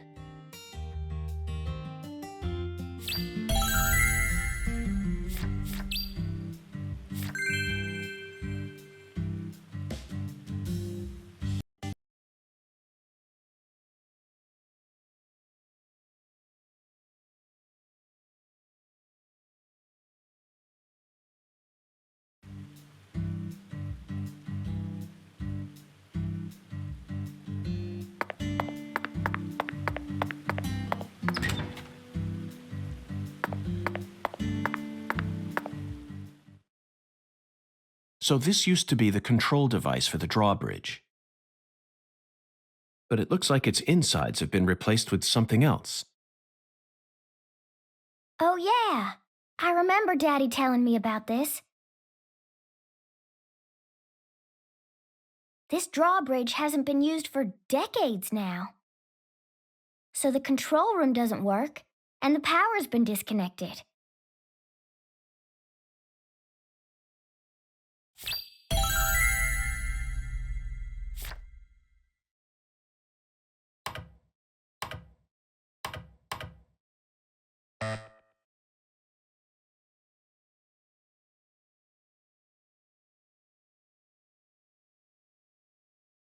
A password that requires 3 letters? Looks that way. What's this, then?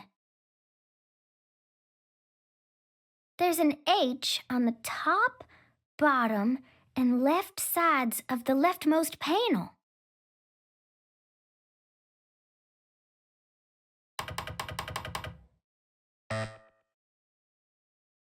Patty, trial and error won't get us anywhere. There are 26 letters in the alphabet, which makes for 17,576 different combinations if we use 3 of them. Let's try something more efficient.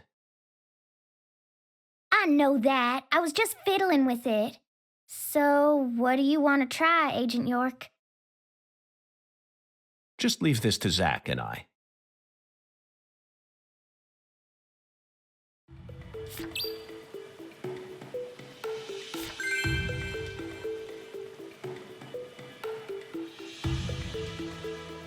Zach, this password may look complicated at first glance, but you needn't worry. This is a chemical formula. A challenge from Professor R. The H that's tattooed all over the leftmost panel stands for hydrogen. In other words, the leftmost panel represents the molecule you get when 3 hydrogen atoms merge. All we need to do is figure out which chemicals go in the remaining panel. Try reviewing what we know. We spoke to the 17 comrades who saw the birth of New Orleans, filled the Holy Allah, then found the giant lady's finger pointing toward the entrance to the Forbidden. After we met the 17 comrades, we encountered that ominous red tree. There was sap dripping out from the red tree's trunk, wasn't there? That must have been a metaphor for wood vinegar. Then, in order to fill the Holy Allah, we went to the reservoir. The water tower represents a distillator, and the water represents coolant. Wood vinegar, distillator, and water, Zach. Figured it out yet? The chemical formula is CH3OH, methanol. It's got to be COH, starting from the left in that order. Methanol is highly flammable and used as the base ingredient in formaldehyde. This has Professor R's name written all over it. That oracle really sent us on a roundabout mission this time. It almost feels like we're playing a video game here. Talk about it.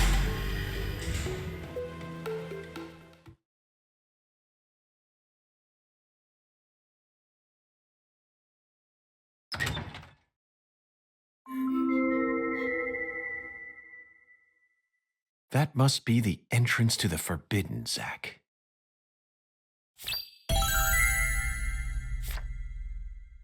You can't touch that! Smarty pants scientist said no. Avery Smith. Drawbridge don't work no more. The machine's junk. Yup. You're right, Avery, but don't worry. I got permission to touch it. Permission? Agent York, you got permission? That's right. Permission from the President of the United States. The President? Oh, he's a smarty pants.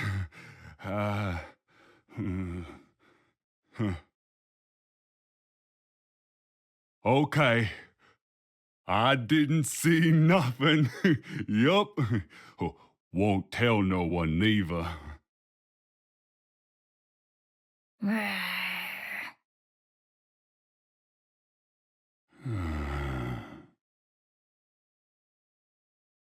Hey, Agent York, are you really going in there?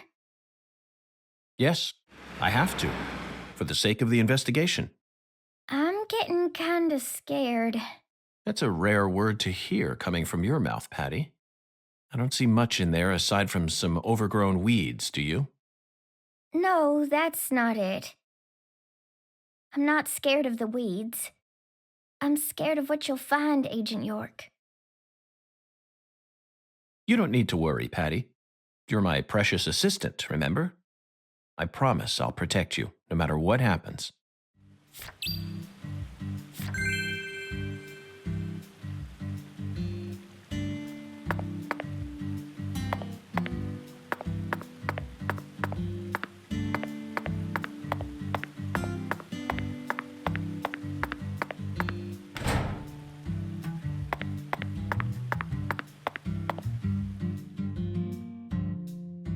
Patty, the truth is, when I first saw Okra Boy, I remembered something horrific.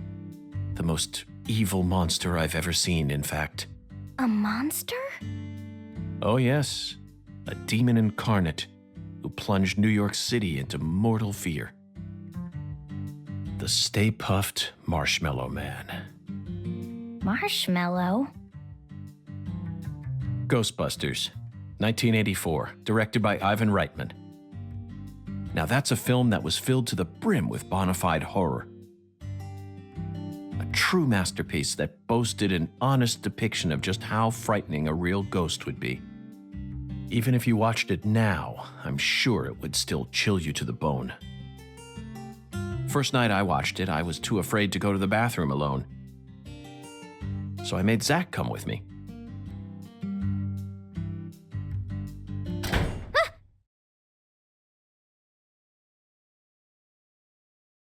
the door.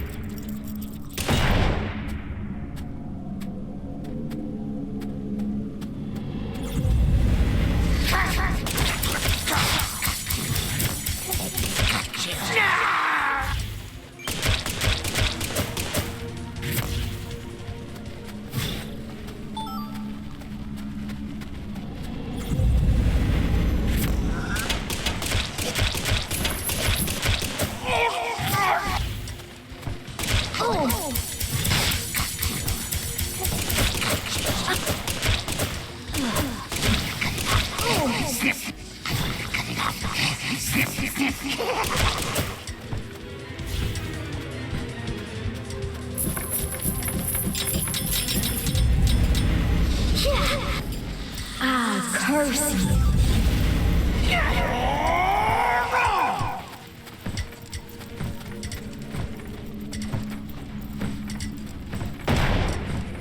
You're powerless.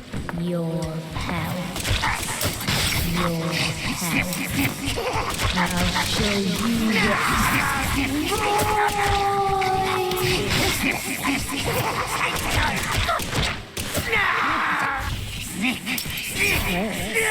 Donate. Curse. Donate. There. I'll curse. Void.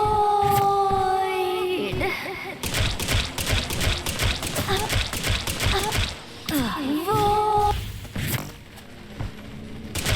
Oh. Curse.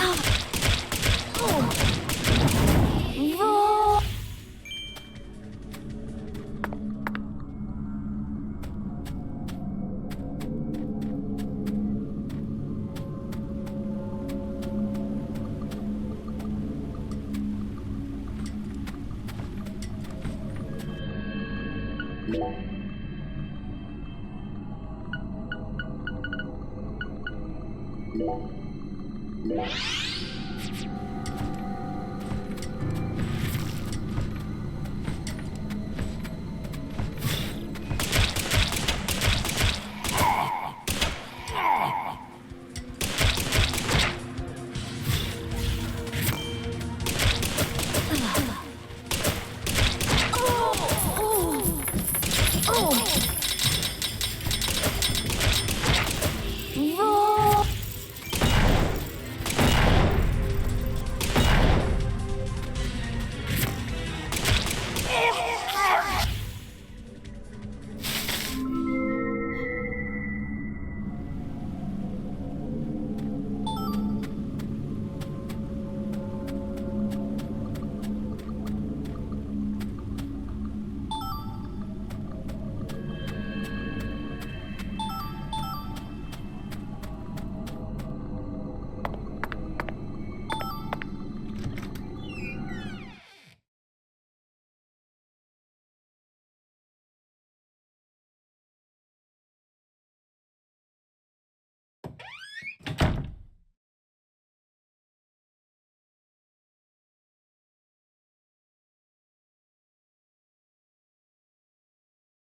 Zach, I think we found a laboratory.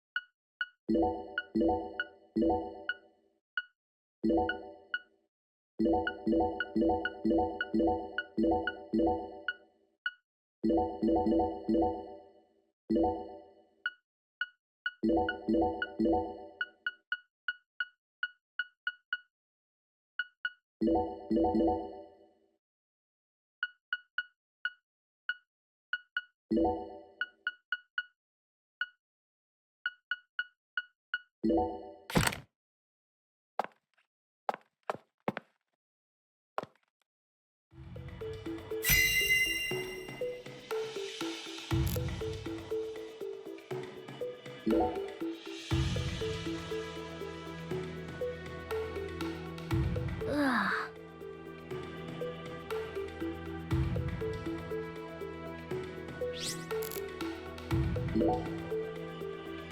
A research log? No, it looks more like a journal. Look, Zach, this belonged to Lena Doman.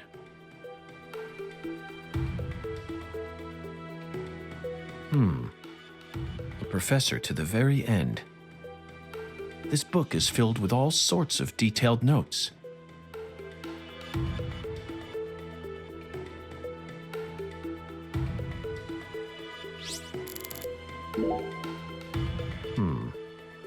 She studied abroad during school, most likely in order to get as far away from her father's prejudice as possible.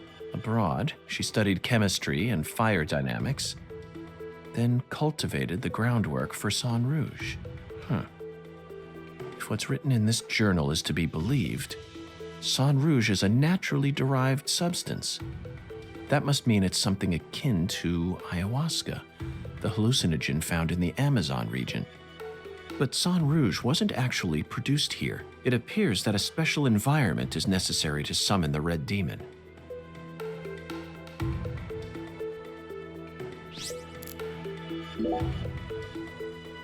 Zach, look at this. It says that when Lena was still known as Lenny, she once fell in love with a woman. She fell in love with her older sister. That matches up with what PJ mentioned just before he died. And apparently, they had a daughter. The Clarksons' family tree is far more complicated than I could have imagined. You can say that again. And here it says that the Clarksons' older daughter later fell in love with someone in town and got married. Then she must still be somewhere in this town. Hey, Patty, did you know about all this? I don't know.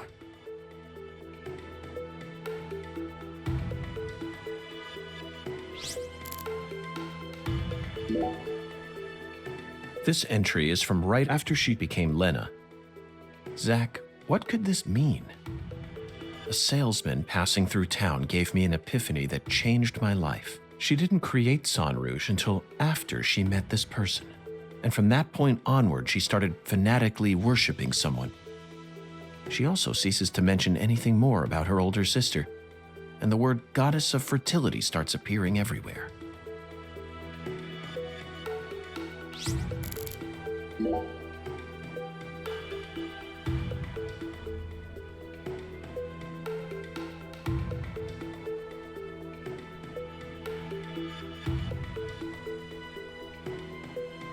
The final entry, written just before she headed to the Clarksons' house. No one can stop my plan, not even me. My only worry now is P. I only pray the fool king can stop him.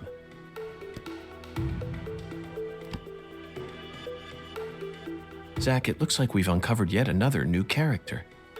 Who's the Fool King?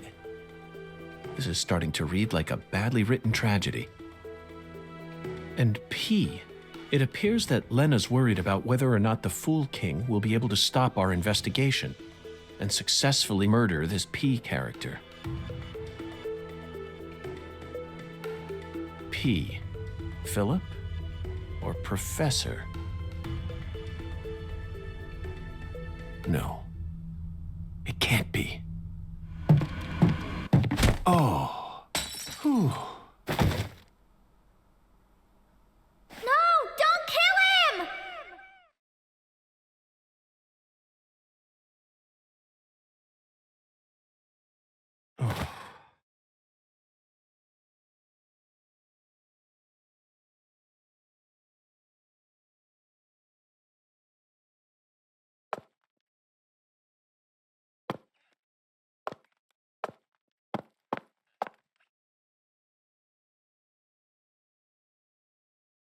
Whoa, whoa, whoa, whoa, whoa,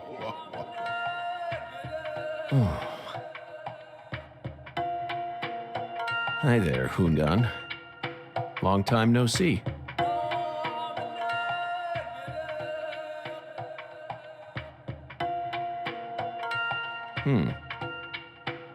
This is definitely your simplest oracle by far.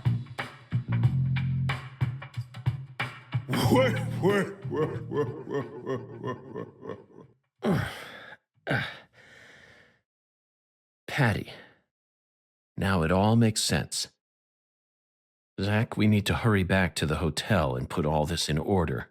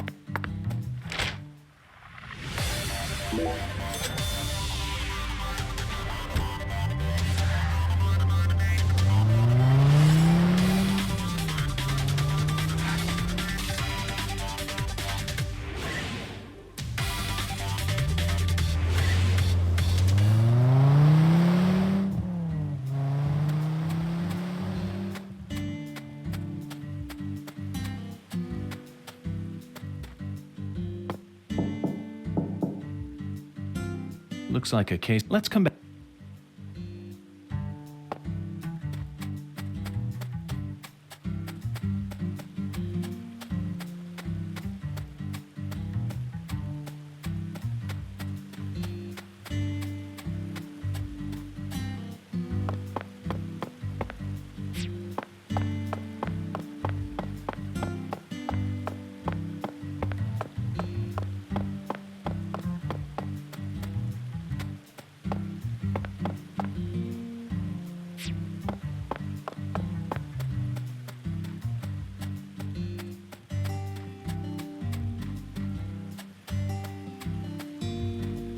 You again?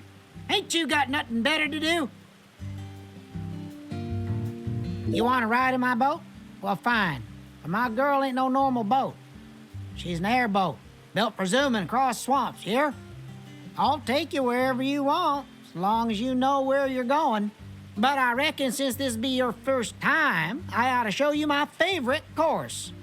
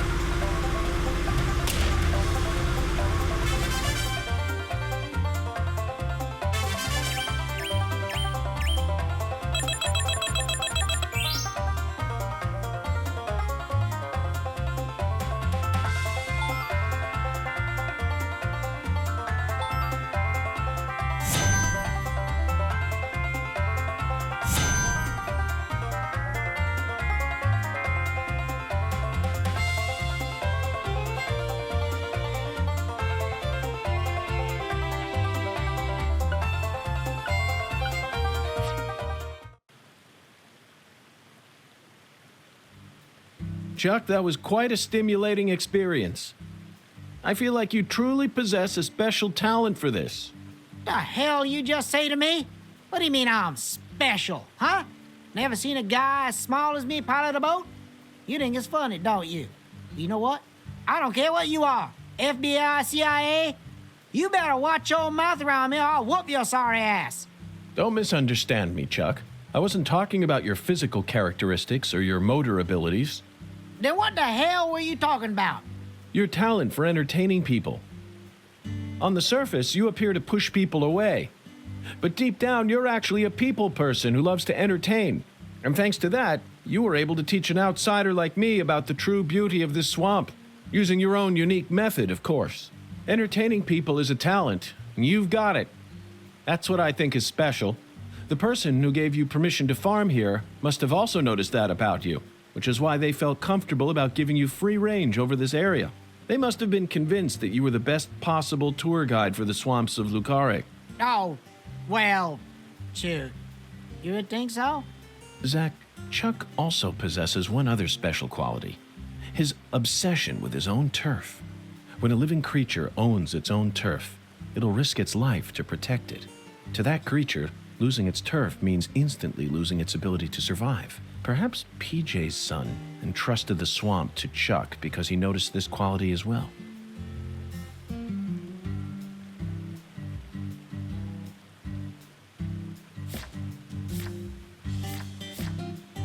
You again?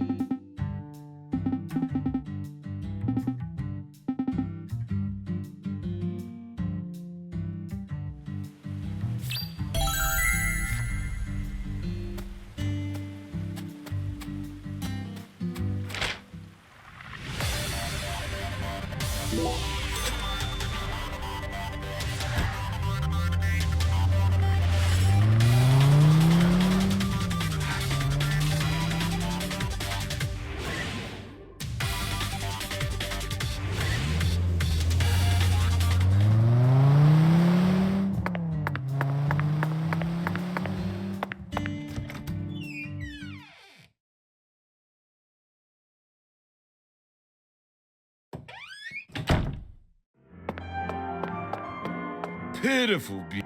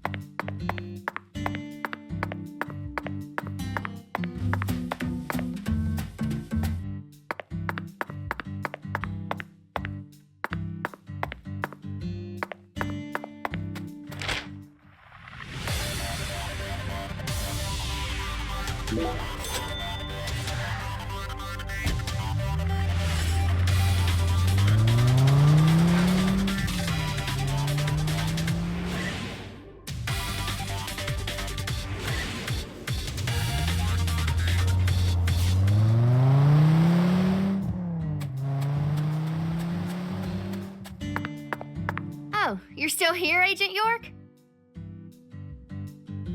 Okay.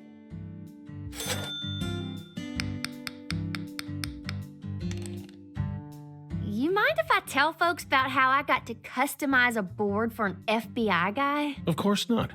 You're my mentor, after all. Really? Thanks.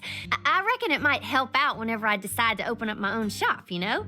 I bet it'll make me famous. Official choice of FBI special agents. I'm gonna name it Emma's Skateboard Workshop. When that happens, I hope you'll expand and open up stores all throughout the U.S. Otherwise, I'll have to come down to Louisiana every time I need to fix up my darling. You trying to butter me up with compliments? Absolutely not, Emma. I'm serious. Your skills are top class. You figured out how I ride my board merely from the friction marks, then adjusted my trucks based on that. The wheel and your finesse, it's rare to... I now... Oh, you're still...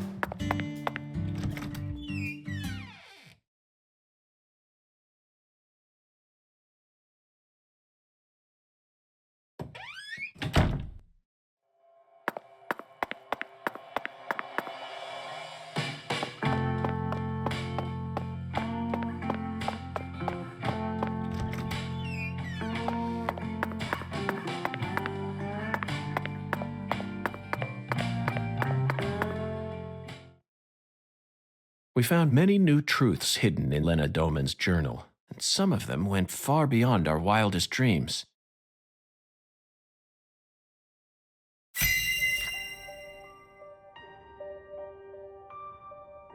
First, we should clear up who PJ's first daughter is.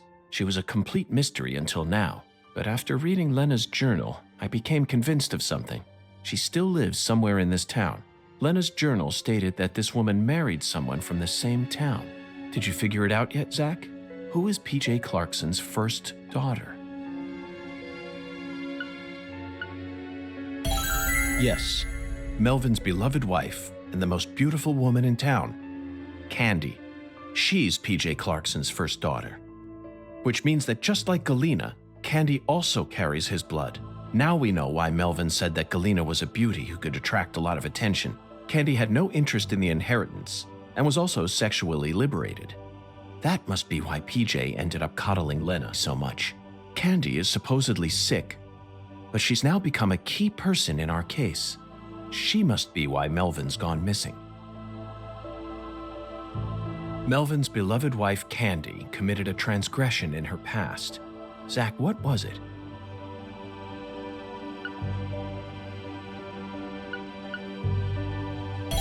That's right. Candy had intercourse with Lena. Then she gave birth to a child that we know very well. We never heard any mention of her biological father anywhere in town, despite how much these country folk love to spread rumors. I knew there had to be some secret connected to her birth, but I never thought it'd be something like this. It's beyond anything I ever could have imagined, Zach. Next up is the Fool King, Zach. All you need to do is pick out the person who acted most like a fool when we encountered them. Honestly, the answer is clear. and it's a painful one to accept. Isn't it, Zach?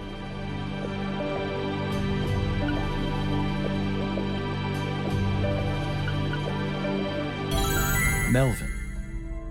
He's got to be the Fool King. The way he's acted from the moment he located Lisa's body up to now. The way Galena was murdered, silenced without any resistance. His discord with the Clarksons. The words PJ left behind. And the engineer boot prints we saw at the discovery site. It feels like the missing puzzle pieces are all falling into place now. But why did he decide to take part in Lena's plan? According to Patricia, he seemed to be avoiding Lena. There's no way he actually could have believed that the goddess of fertility would come and save the town. Oh, so that's it, Melvin. As you nursed Candy, you too became corrupted by Sang Rouge. Drugs rob people of their judgment. They slowly but surely eat away at their users. That's most likely the reason it took Lena so long to enact her plan.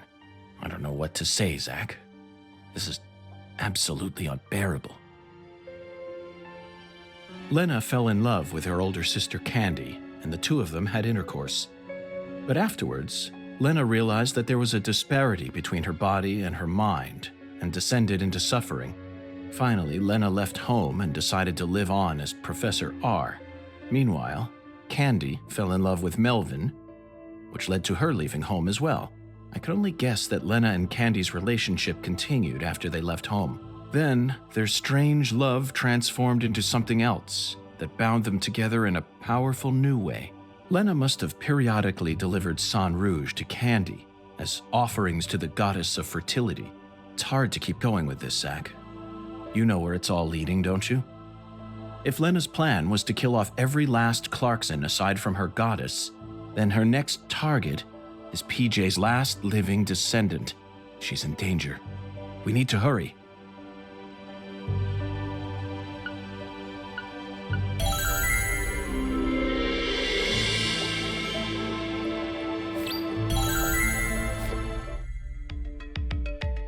Zach, the climax is upon us. Whoever hit me in that control room sure wasn't holding back. The blow was so devastating that I passed out instantly. There aren't many people who could do that. They hit me right in my head, so my memories are fuzzy. Not my finest hour, to say the least. Now, what should we do next? First, we're going to need to refresh ourselves a little. Sunbathing, Zach. Let's go bask in some liquid sunshine that's just as hot as the sun out there.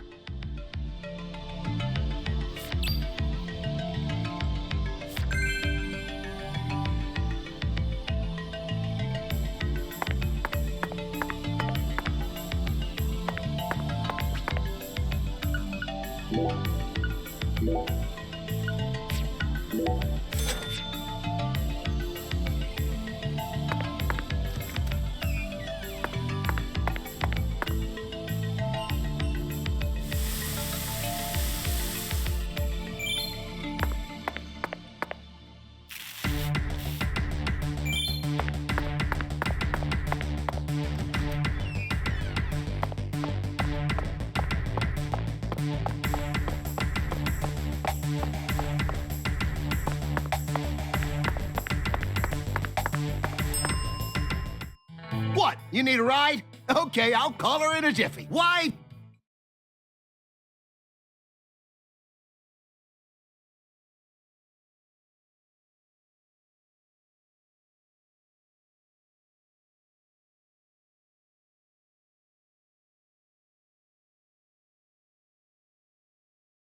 Even I can feel it.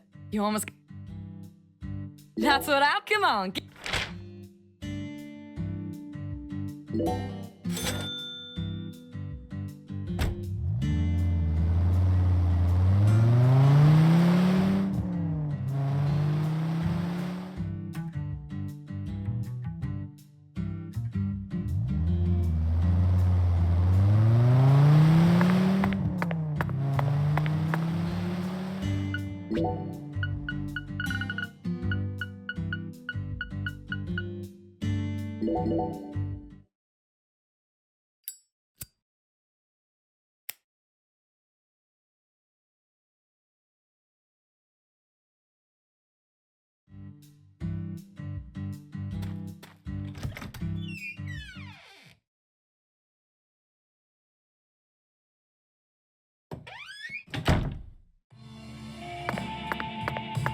Today the town feels kind of weird.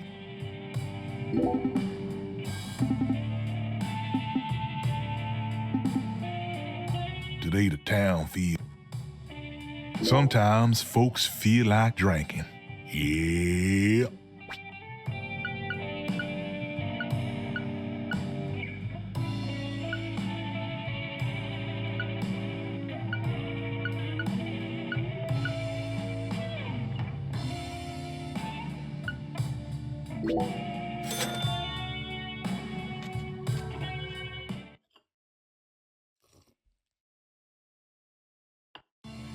You'll be remember, today the town feels...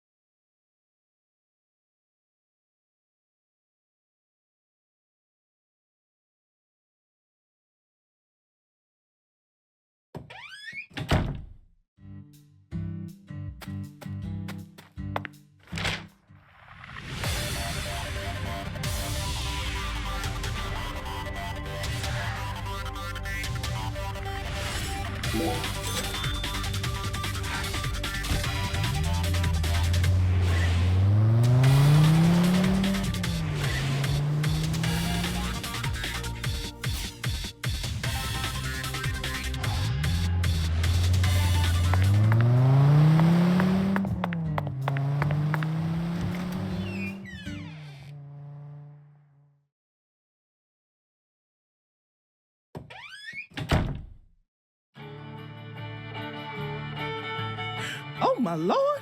You sure look pooped, honey. Hello, Alexis. Yes, someone did quite the number on me. Must have given you one heck of a shiner. Well, let me get you some coffee so you can relax, honey. Yes, that's it, Alexis. Just what I was waiting for. Would it be possible to get an especially pungent cup, smoldering with all the heat of the southern sun? Coming right up.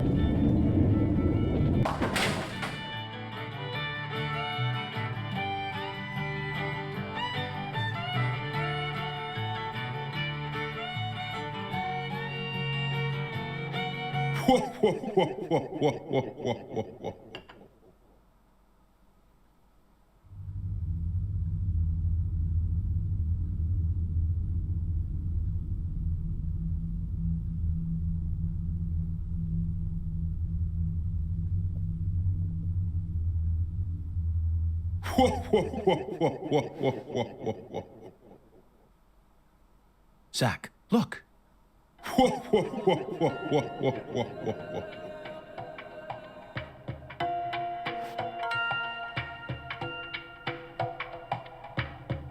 Hattie.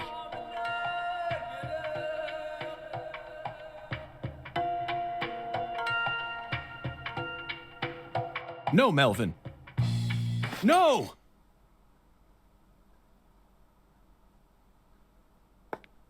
Oh, my lord, what are you trying to do? Wake the dead? What's wrong, honey?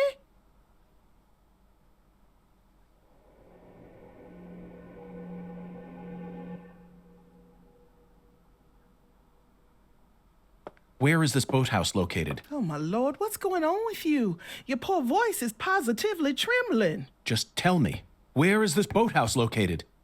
There's lots of boathouses around these parts, honey. Your guess is as good as mine. Well, then, can you at least tell me when this photo was taken? Looks to me like it was taken during the Clarkson Campbell wedding party when PJ married his ex-wife, Audrey. There was a building this tall in town back then? Oh, you know what? That must be the cold storage warehouse.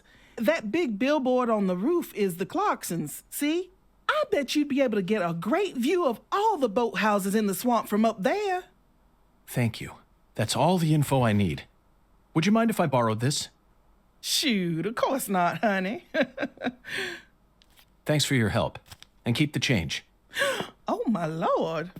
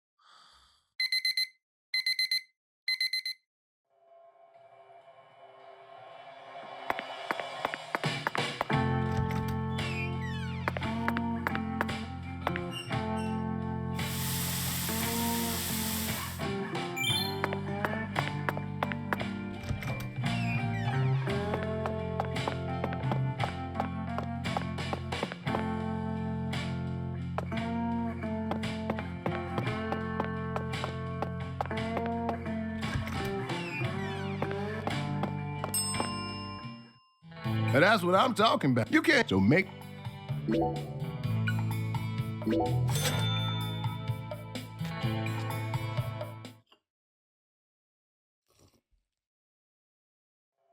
Thanks. Next time.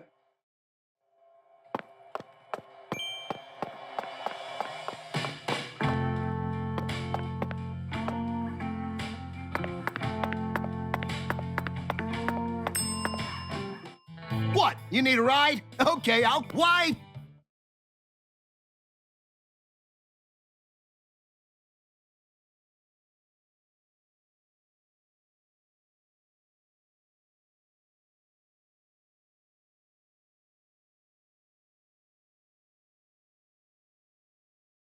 Even I can feel it.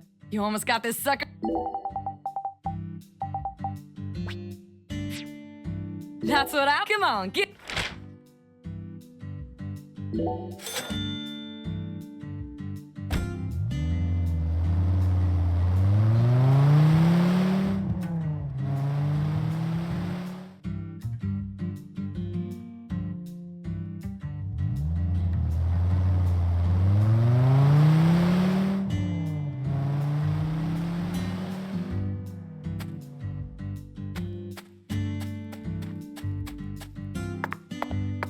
Oh, you're still.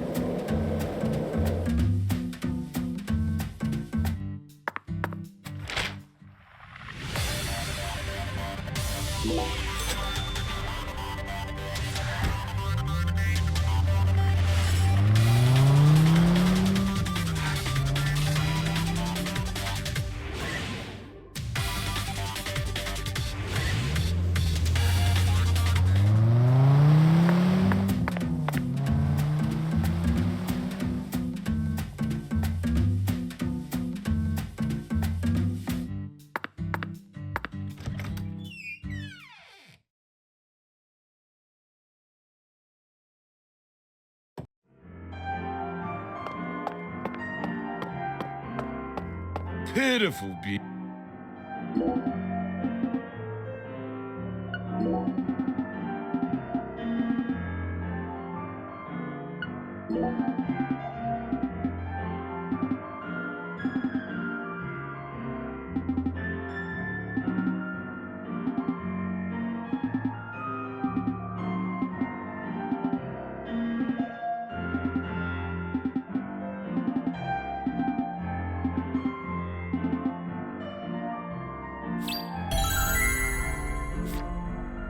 Pitiful.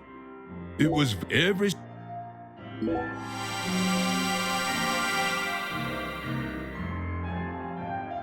The Lord is always watching over you. Please return to us.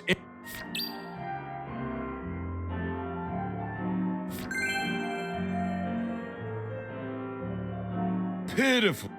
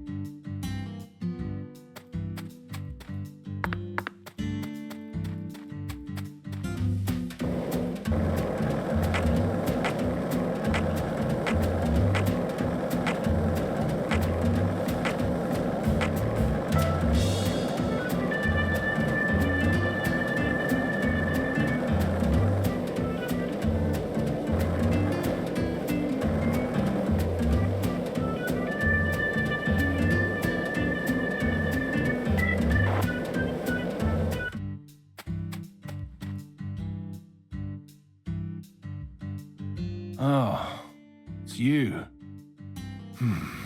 I reckon I owe you an apology for how I was acting before. I think I get what you meant now. You'll no longer be able to borrow a certain someone's power. Well, those words woke me up. You saved me. So, thanks. Now this is a surprise, Zach. Can a human being really turn themselves around this quickly? Hey, come on, don't say that. I was drunk, you know. I lost my baby girl, my wife, then my father-in-law. I didn't know what to do. Blaming it all on someone else was the only way I knew how to cope. All right? What are you here for, anyway? Thought you already investigated this place. I'd like to get your permission to climb up to the roof. Right up to that hideous sign there. Oh, is that all? Well, go on ahead. I know you're a genius agent. If you need to go up there, then by all means. Danny, I'm not a genius. I'm a complete failure. I never even gave a single thought to P.J. Clarkson's first daughter. I was practically oblivious the entire time. I never considered the possibility that Lena had a child either, and that misstep cost us many sacrifices. But you know all about it now, right? Then just move on. You figured out that it was Galena who murdered Lise, and that Galena was being manipulated by Lena. You proved that my treasure wasn't evil after all. It may have cost us a lot of sacrifices, but that still makes you a genius agent. And that's how I know I can trust you. Now, I don't care if you're FBI. I'm still gonna come clean and say it. Whoever killed my treasure is gonna pay. I want to track him down and kill him with my own hands. But I'm a Clarkson too. So I made up my mind. All Clarksons got a job to do.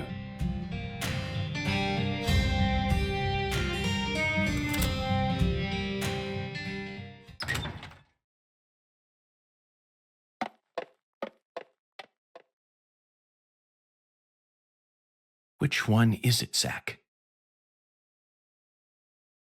Patricia must be in the boathouse we saw in that photograph, along with Melvin and Candy, the goddess of fertility. What I saw at Alexis's restaurant, not only was my mind still reeling, but the oracle was also rather vague. But so what, Zach? We just need to find the same boathouse that we saw in that picture. There's got to be another singularity inside it.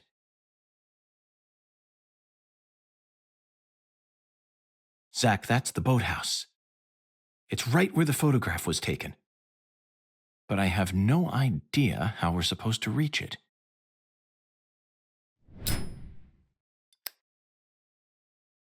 Zach, it looks like we have no choice but to head back to the starting line.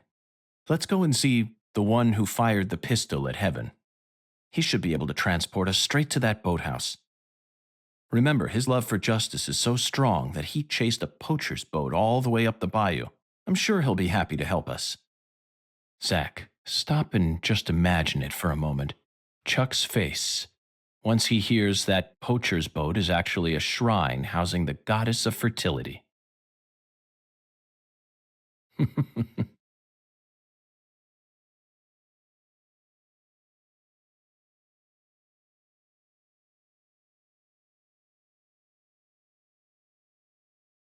What's this?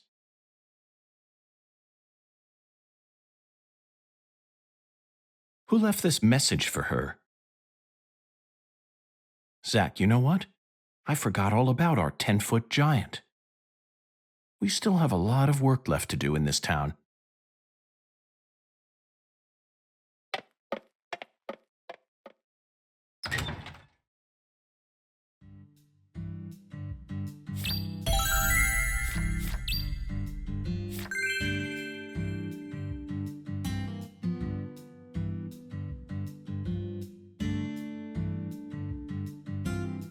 Zach, there's the biggest man we've seen in town thus far.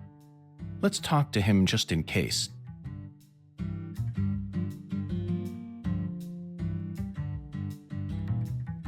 Hello there, Avery. I need your help. Would you mind raising your arms up high like this for me? Raise my arms? Like this? Thank you. That's perfect.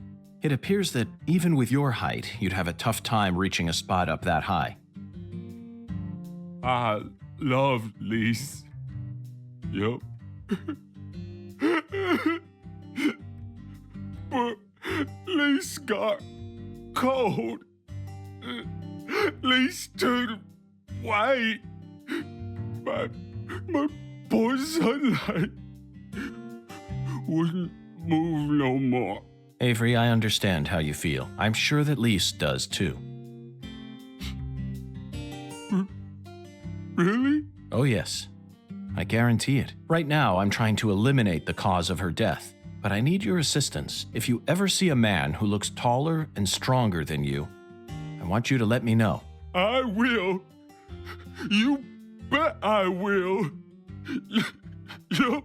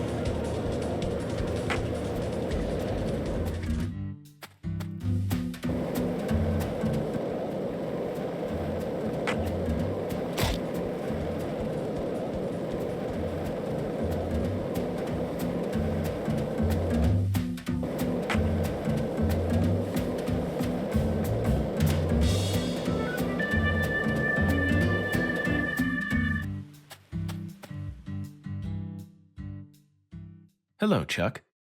The time has finally come to catch that poacher's boat you spoke of. Oh, now he wants to catch the boat. Thought you FBI boys don't chase down boats. Ain't that what you said? Unless it's a terrorist boat that plans to overthrow our country, right? You're exactly right, Chuck. I discovered that boat does contain perpetrators who are potentially capable of overthrowing our country. Perpetrators who are deeply connected to a new drug called Sang Rouge. And you expect me to help you? Yes, I need your help.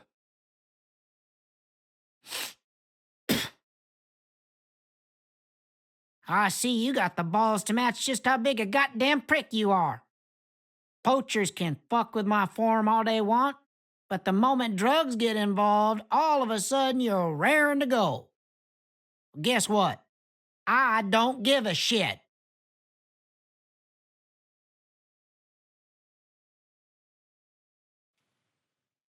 I can't solve this case without your help, Chuck. If you're angry about how I acted earlier, then please allow me to apologize. I don't want no apology. Then how can I get you to trust me?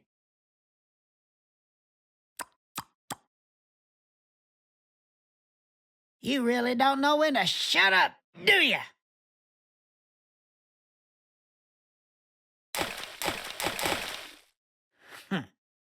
As you can see, I'm busy here. So if you're done harassing me, then, Chuck, that was amazing. Absolutely incredible, fantastic. How did you do that? Thanks? I don't know. The answer lies in his physical advantage. That's it, Zach. Your stance when you toss makes all the difference. I can't get over how beautiful his stance was. Just what am I missing? You like skipping stones? You know, I always trust a man who knows how to skip good. See, the key to skipping is how close your arm is to the water when you throw. You also need accurate speed, an accurate wrist snap, and accurate timing when you let go. That's why short folk who stay low to the ground and keep a low profile like me can skip better. And that's how I reckon I can trust a man who knows what skipping's all about. Got it? If you want my help, you gotta impress me with your skipping. Then I'll lend you my boat.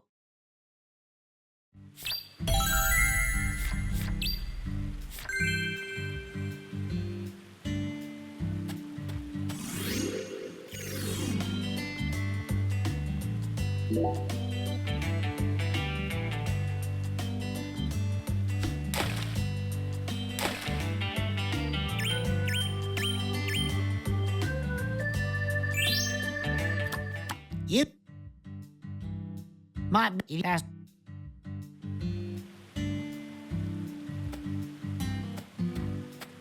Oh. Now you're remember, but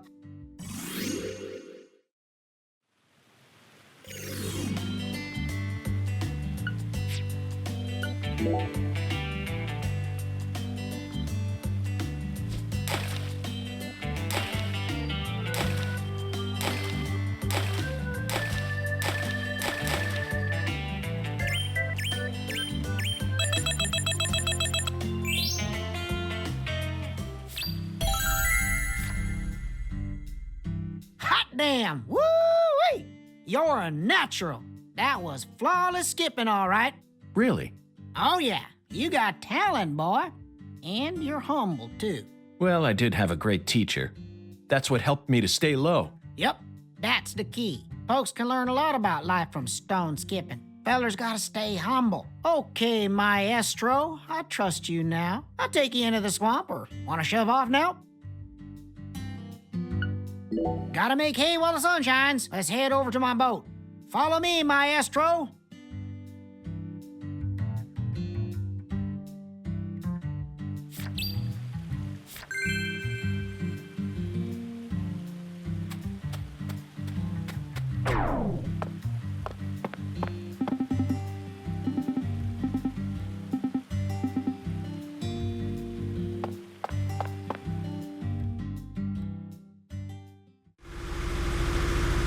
We gotta go round a bit to get to your boathouse. It ain't the safest route out there, so just be ready. Zach, this is exhilarating. Hold on tight now, maestro. This is yet another reminder about just how vast and varied our homeland of America is.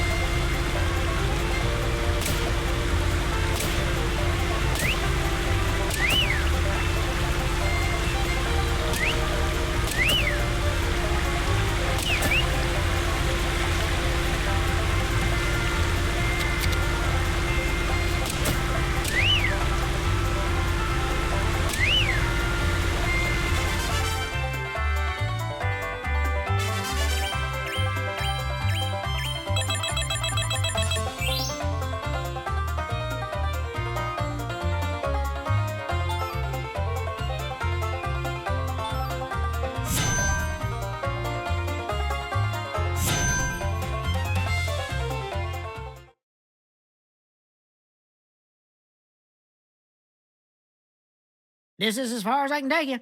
You're gonna have to walk from here. Thanks, Chuck. Hey, you hear that wind a-howling? That there's a storm coming. You better watch yourself out there. You hear? Oh, yeah. And folks don't usually come round this end too much, so be careful. You got a weapon? Just give me a holler if you need me to come get you. I do always trust a good skipper from the bottom of my heart. I appreciate all your help.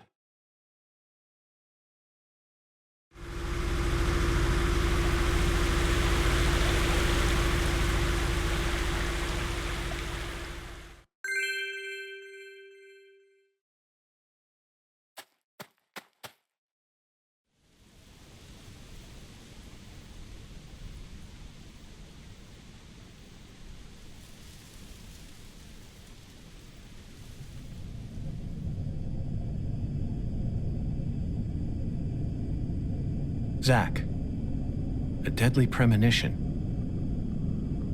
How do you feel about this one? Honestly, I'm torn. I know the truth that awaits us here isn't one we want to accept. But we have to keep marching ahead. We're FBI special agents, remember? The United States Department of Justice has authorized us to deliver justice in their name. You know, sometimes I get to thinking, why did I ever decide to work in the justice sector?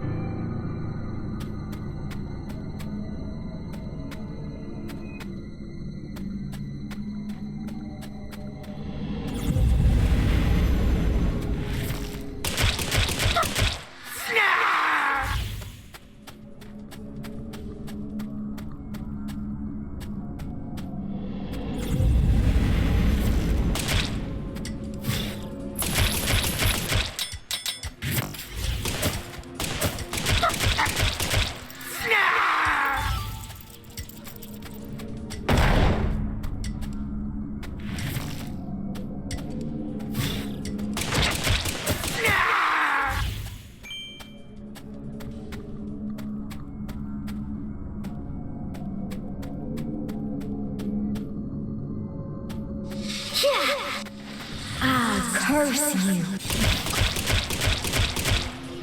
Roll.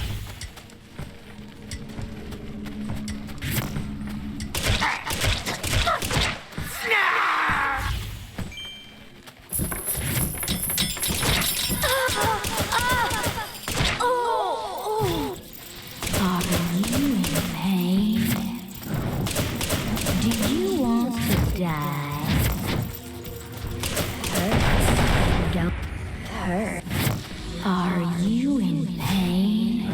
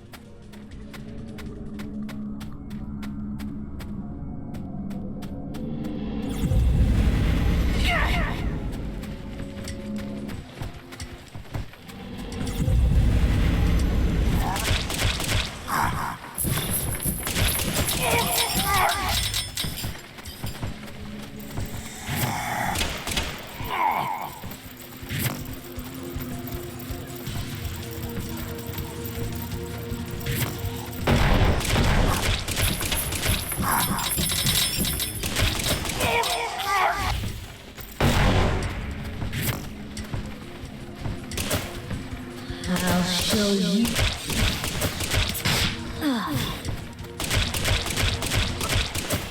Roll.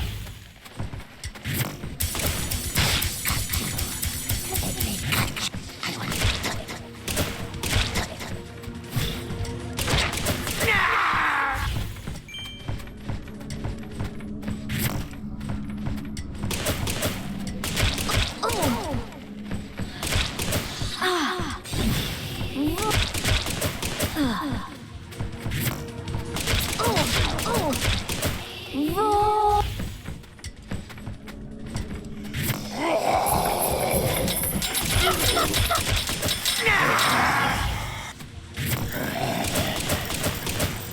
You aren't free anymore. You...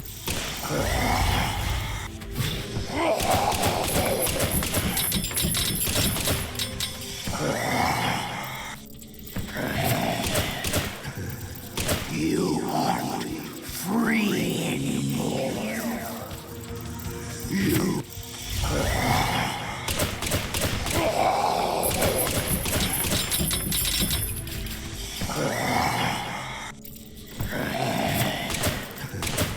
You aren't free anymore.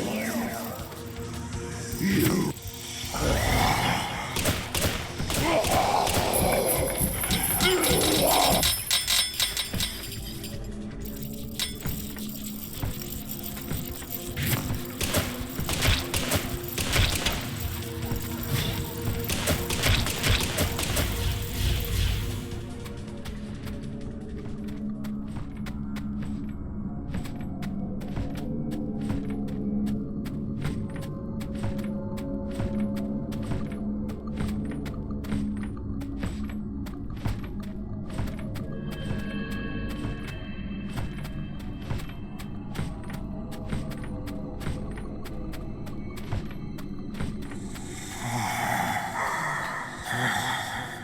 I don't want to try you. You can...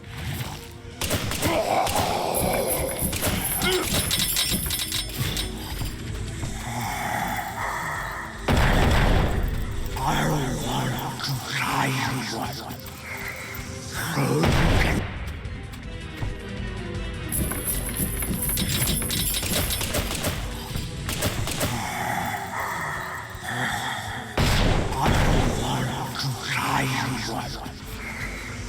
You can...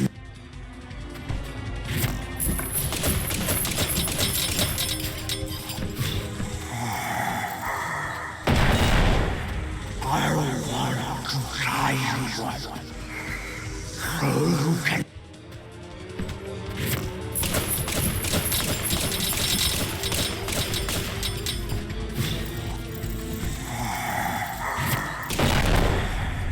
I don't want to try you. You can never...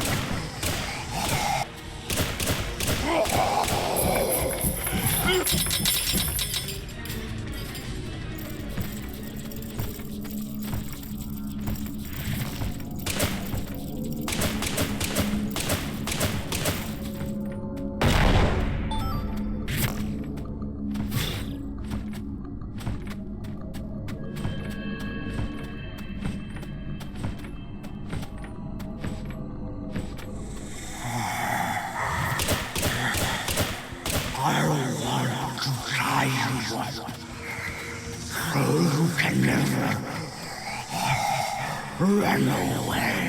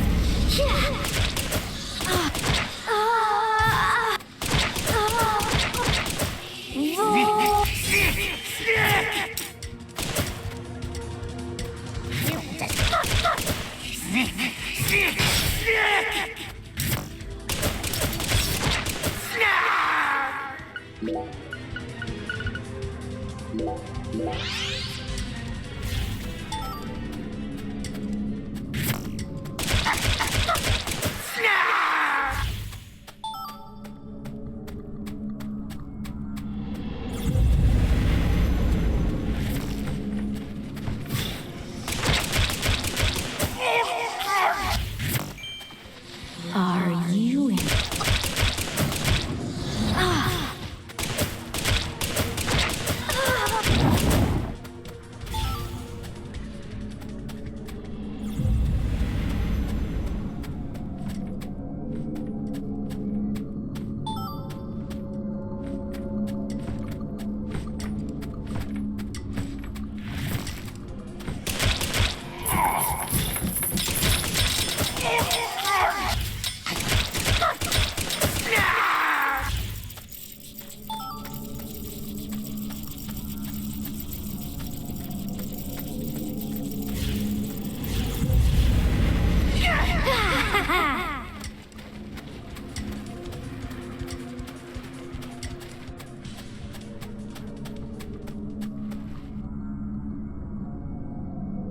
Zach, we've reached the final stage. Are you prepared for the truth?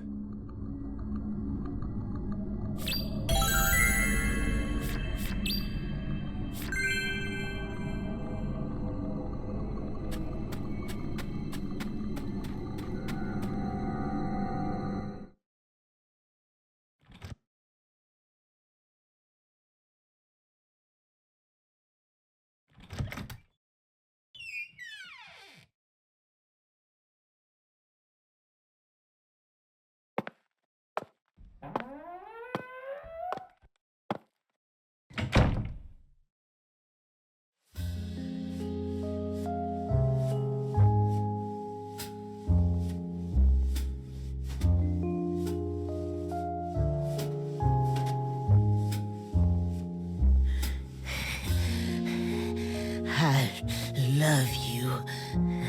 I'll do anything for you. I'll make your wish come true. Yes.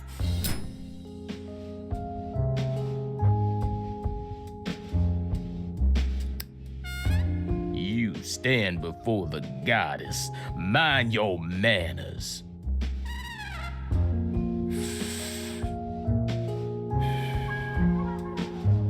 Sorry, but I don't worship that deity. You always were a rude one.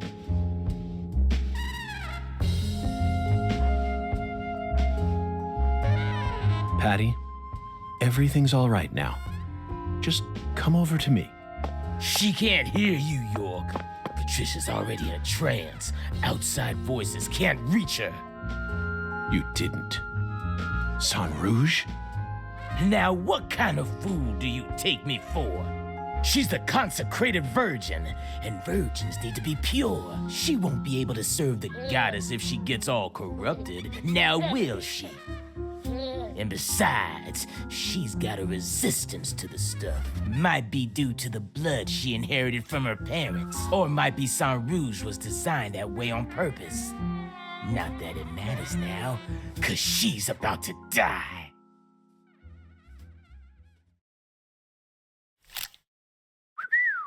I wouldn't do that if I were you, York. Or did you forget who gave you Mr. Alligator to begin with? You think I'd hand you a weapon without any sort of safeguard in it? This is straight out of a bad C movie, Melvin. Call it what you want, York. But I'm the main character here, and you already played your part. Now that Candy's become the goddess, I will take her once more and claim my seat as the king who rules this town. Yes, I will be the one who rebuilds the Clarksons' legacy! Power isn't important to you, Melvin. All you care about is your loving family, remember?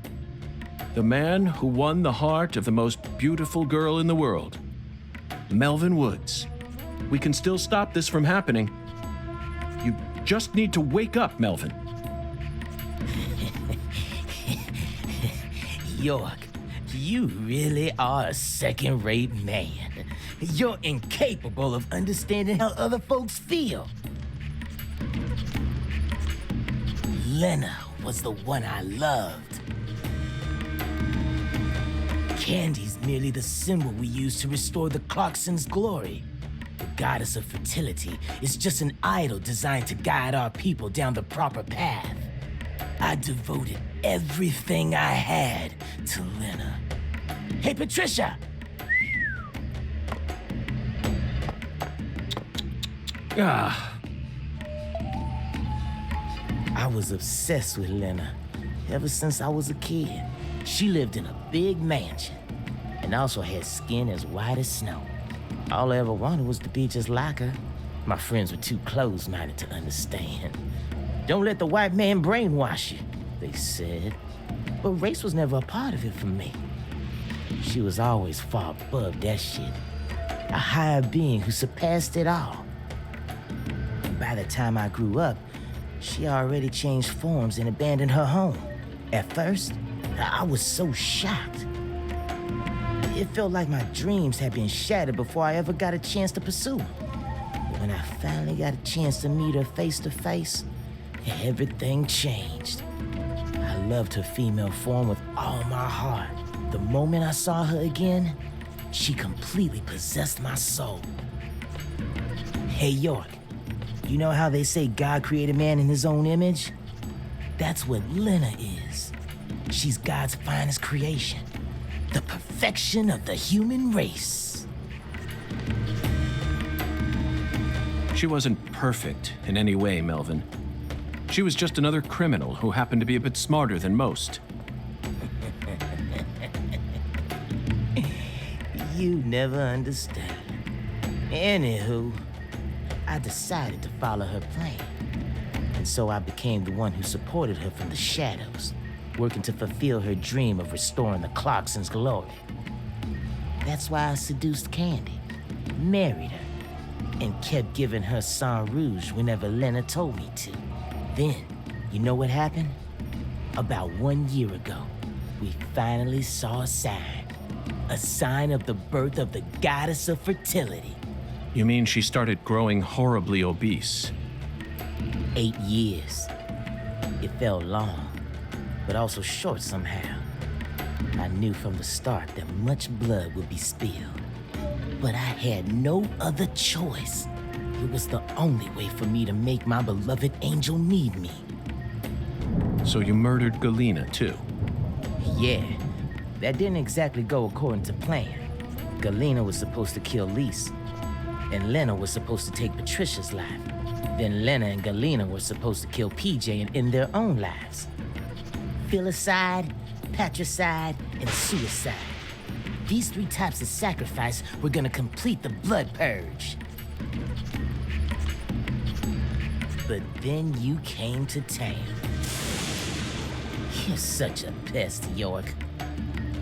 I loathe every fabric of your being. Always buzzing around us like a gnat, trying to upset our faith, but no more. I'm gonna stop you right here, sacrifice my daughter, and complete Lena's plan once and for all.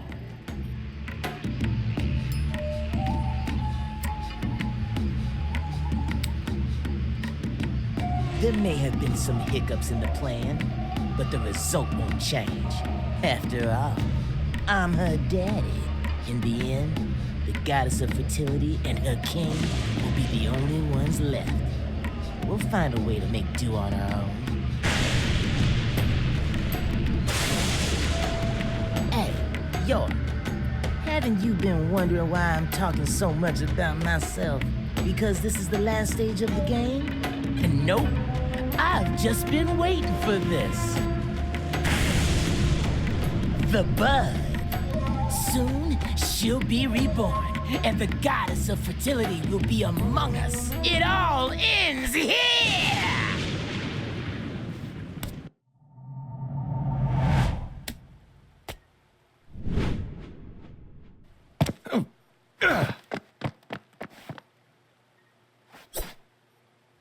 Patty, are you all right?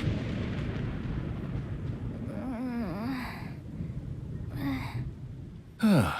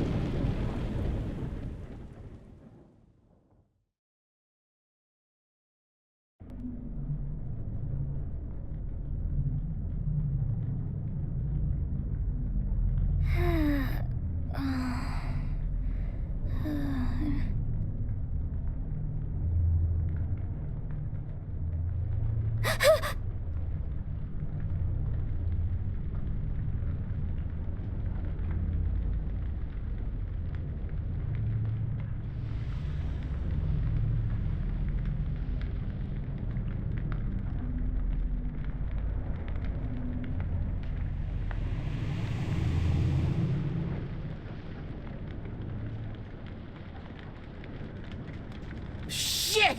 No! Stop, goddammit! Get away from her! Daddy! Mama!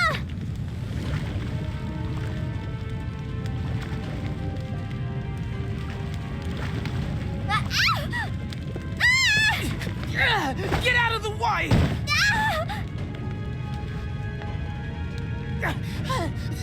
But the goddess lit us plans! Daddy! No! Damn it!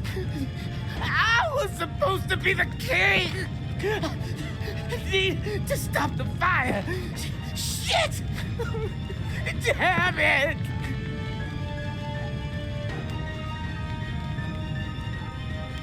Daddy, run! I'll die for you. Patricia? If Mama and I die, it'll all end, right? I know about the real you. I know that my blood's cursed. So I'm just gonna die. I'm gonna die here with Mama, so it'll all stop. Just please run, Daddy. You're a good man, aren't you?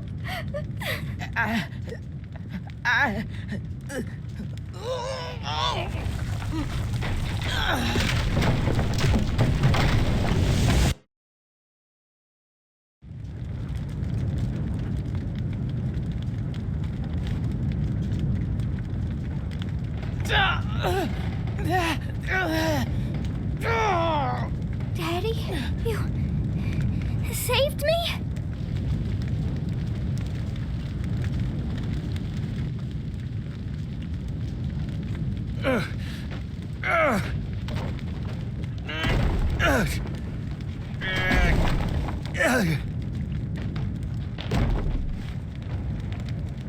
Patty. Zach, I need you. Give me strength.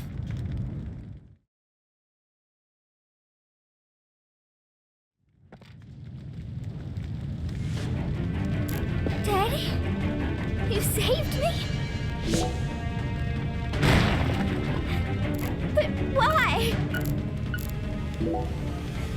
I kept saying, Daddy! I can't do it!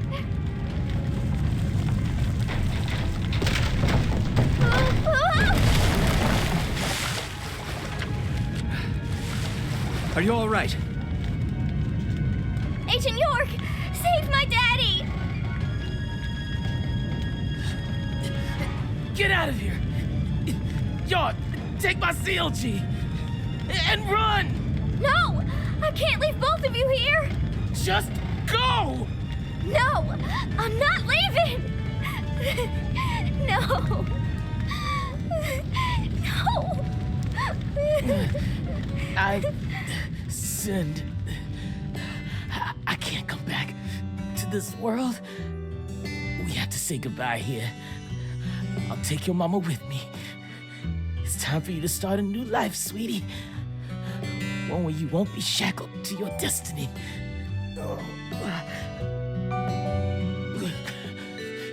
York, I've confessed my sins. I'm gonna die here. I know this isn't how you wanted things to go down, but she's innocent. My CLG is pure. Please, just take her and get out of here. No! No! I'm staying with you!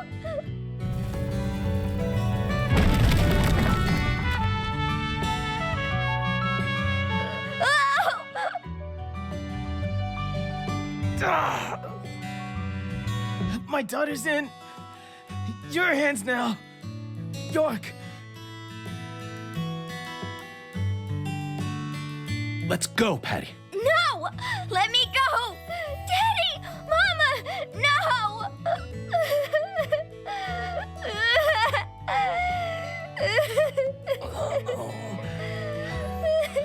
I'm sorry, CLG. I've been a horrible father. Even before we ever met, I was always heading down the wrong path. But I finally understand it now. I love my family from the bottom of my heart. Both you and your mama.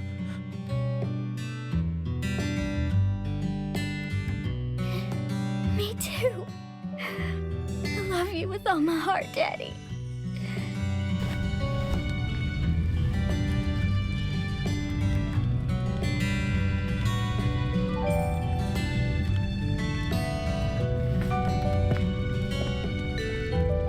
I'm sorry, Candy.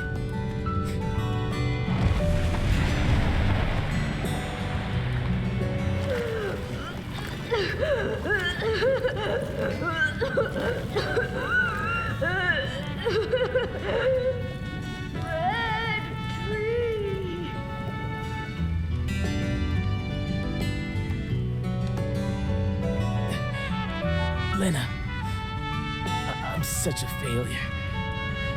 I screwed it all up again. Your whole plan's been ruined. I'm sorry. Right up to the end, I could never do anything right. Oh, really? So, it's all okay? Oh, good. Well, just hold on then. Candy and I will be right there. The worst father, graced with the sweetest daughter. Life can be a bitch sometimes. But it wasn't all bad.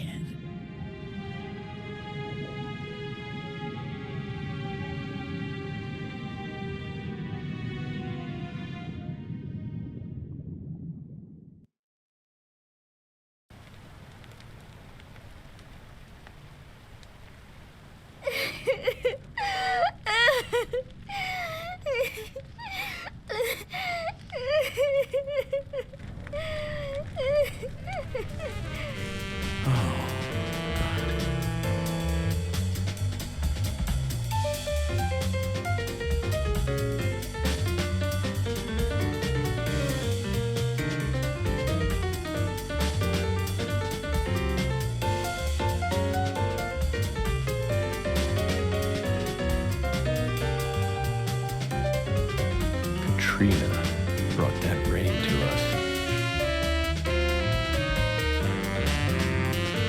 And now, I realized that at the very end, I saw him. But she washed all that away. Every last trace.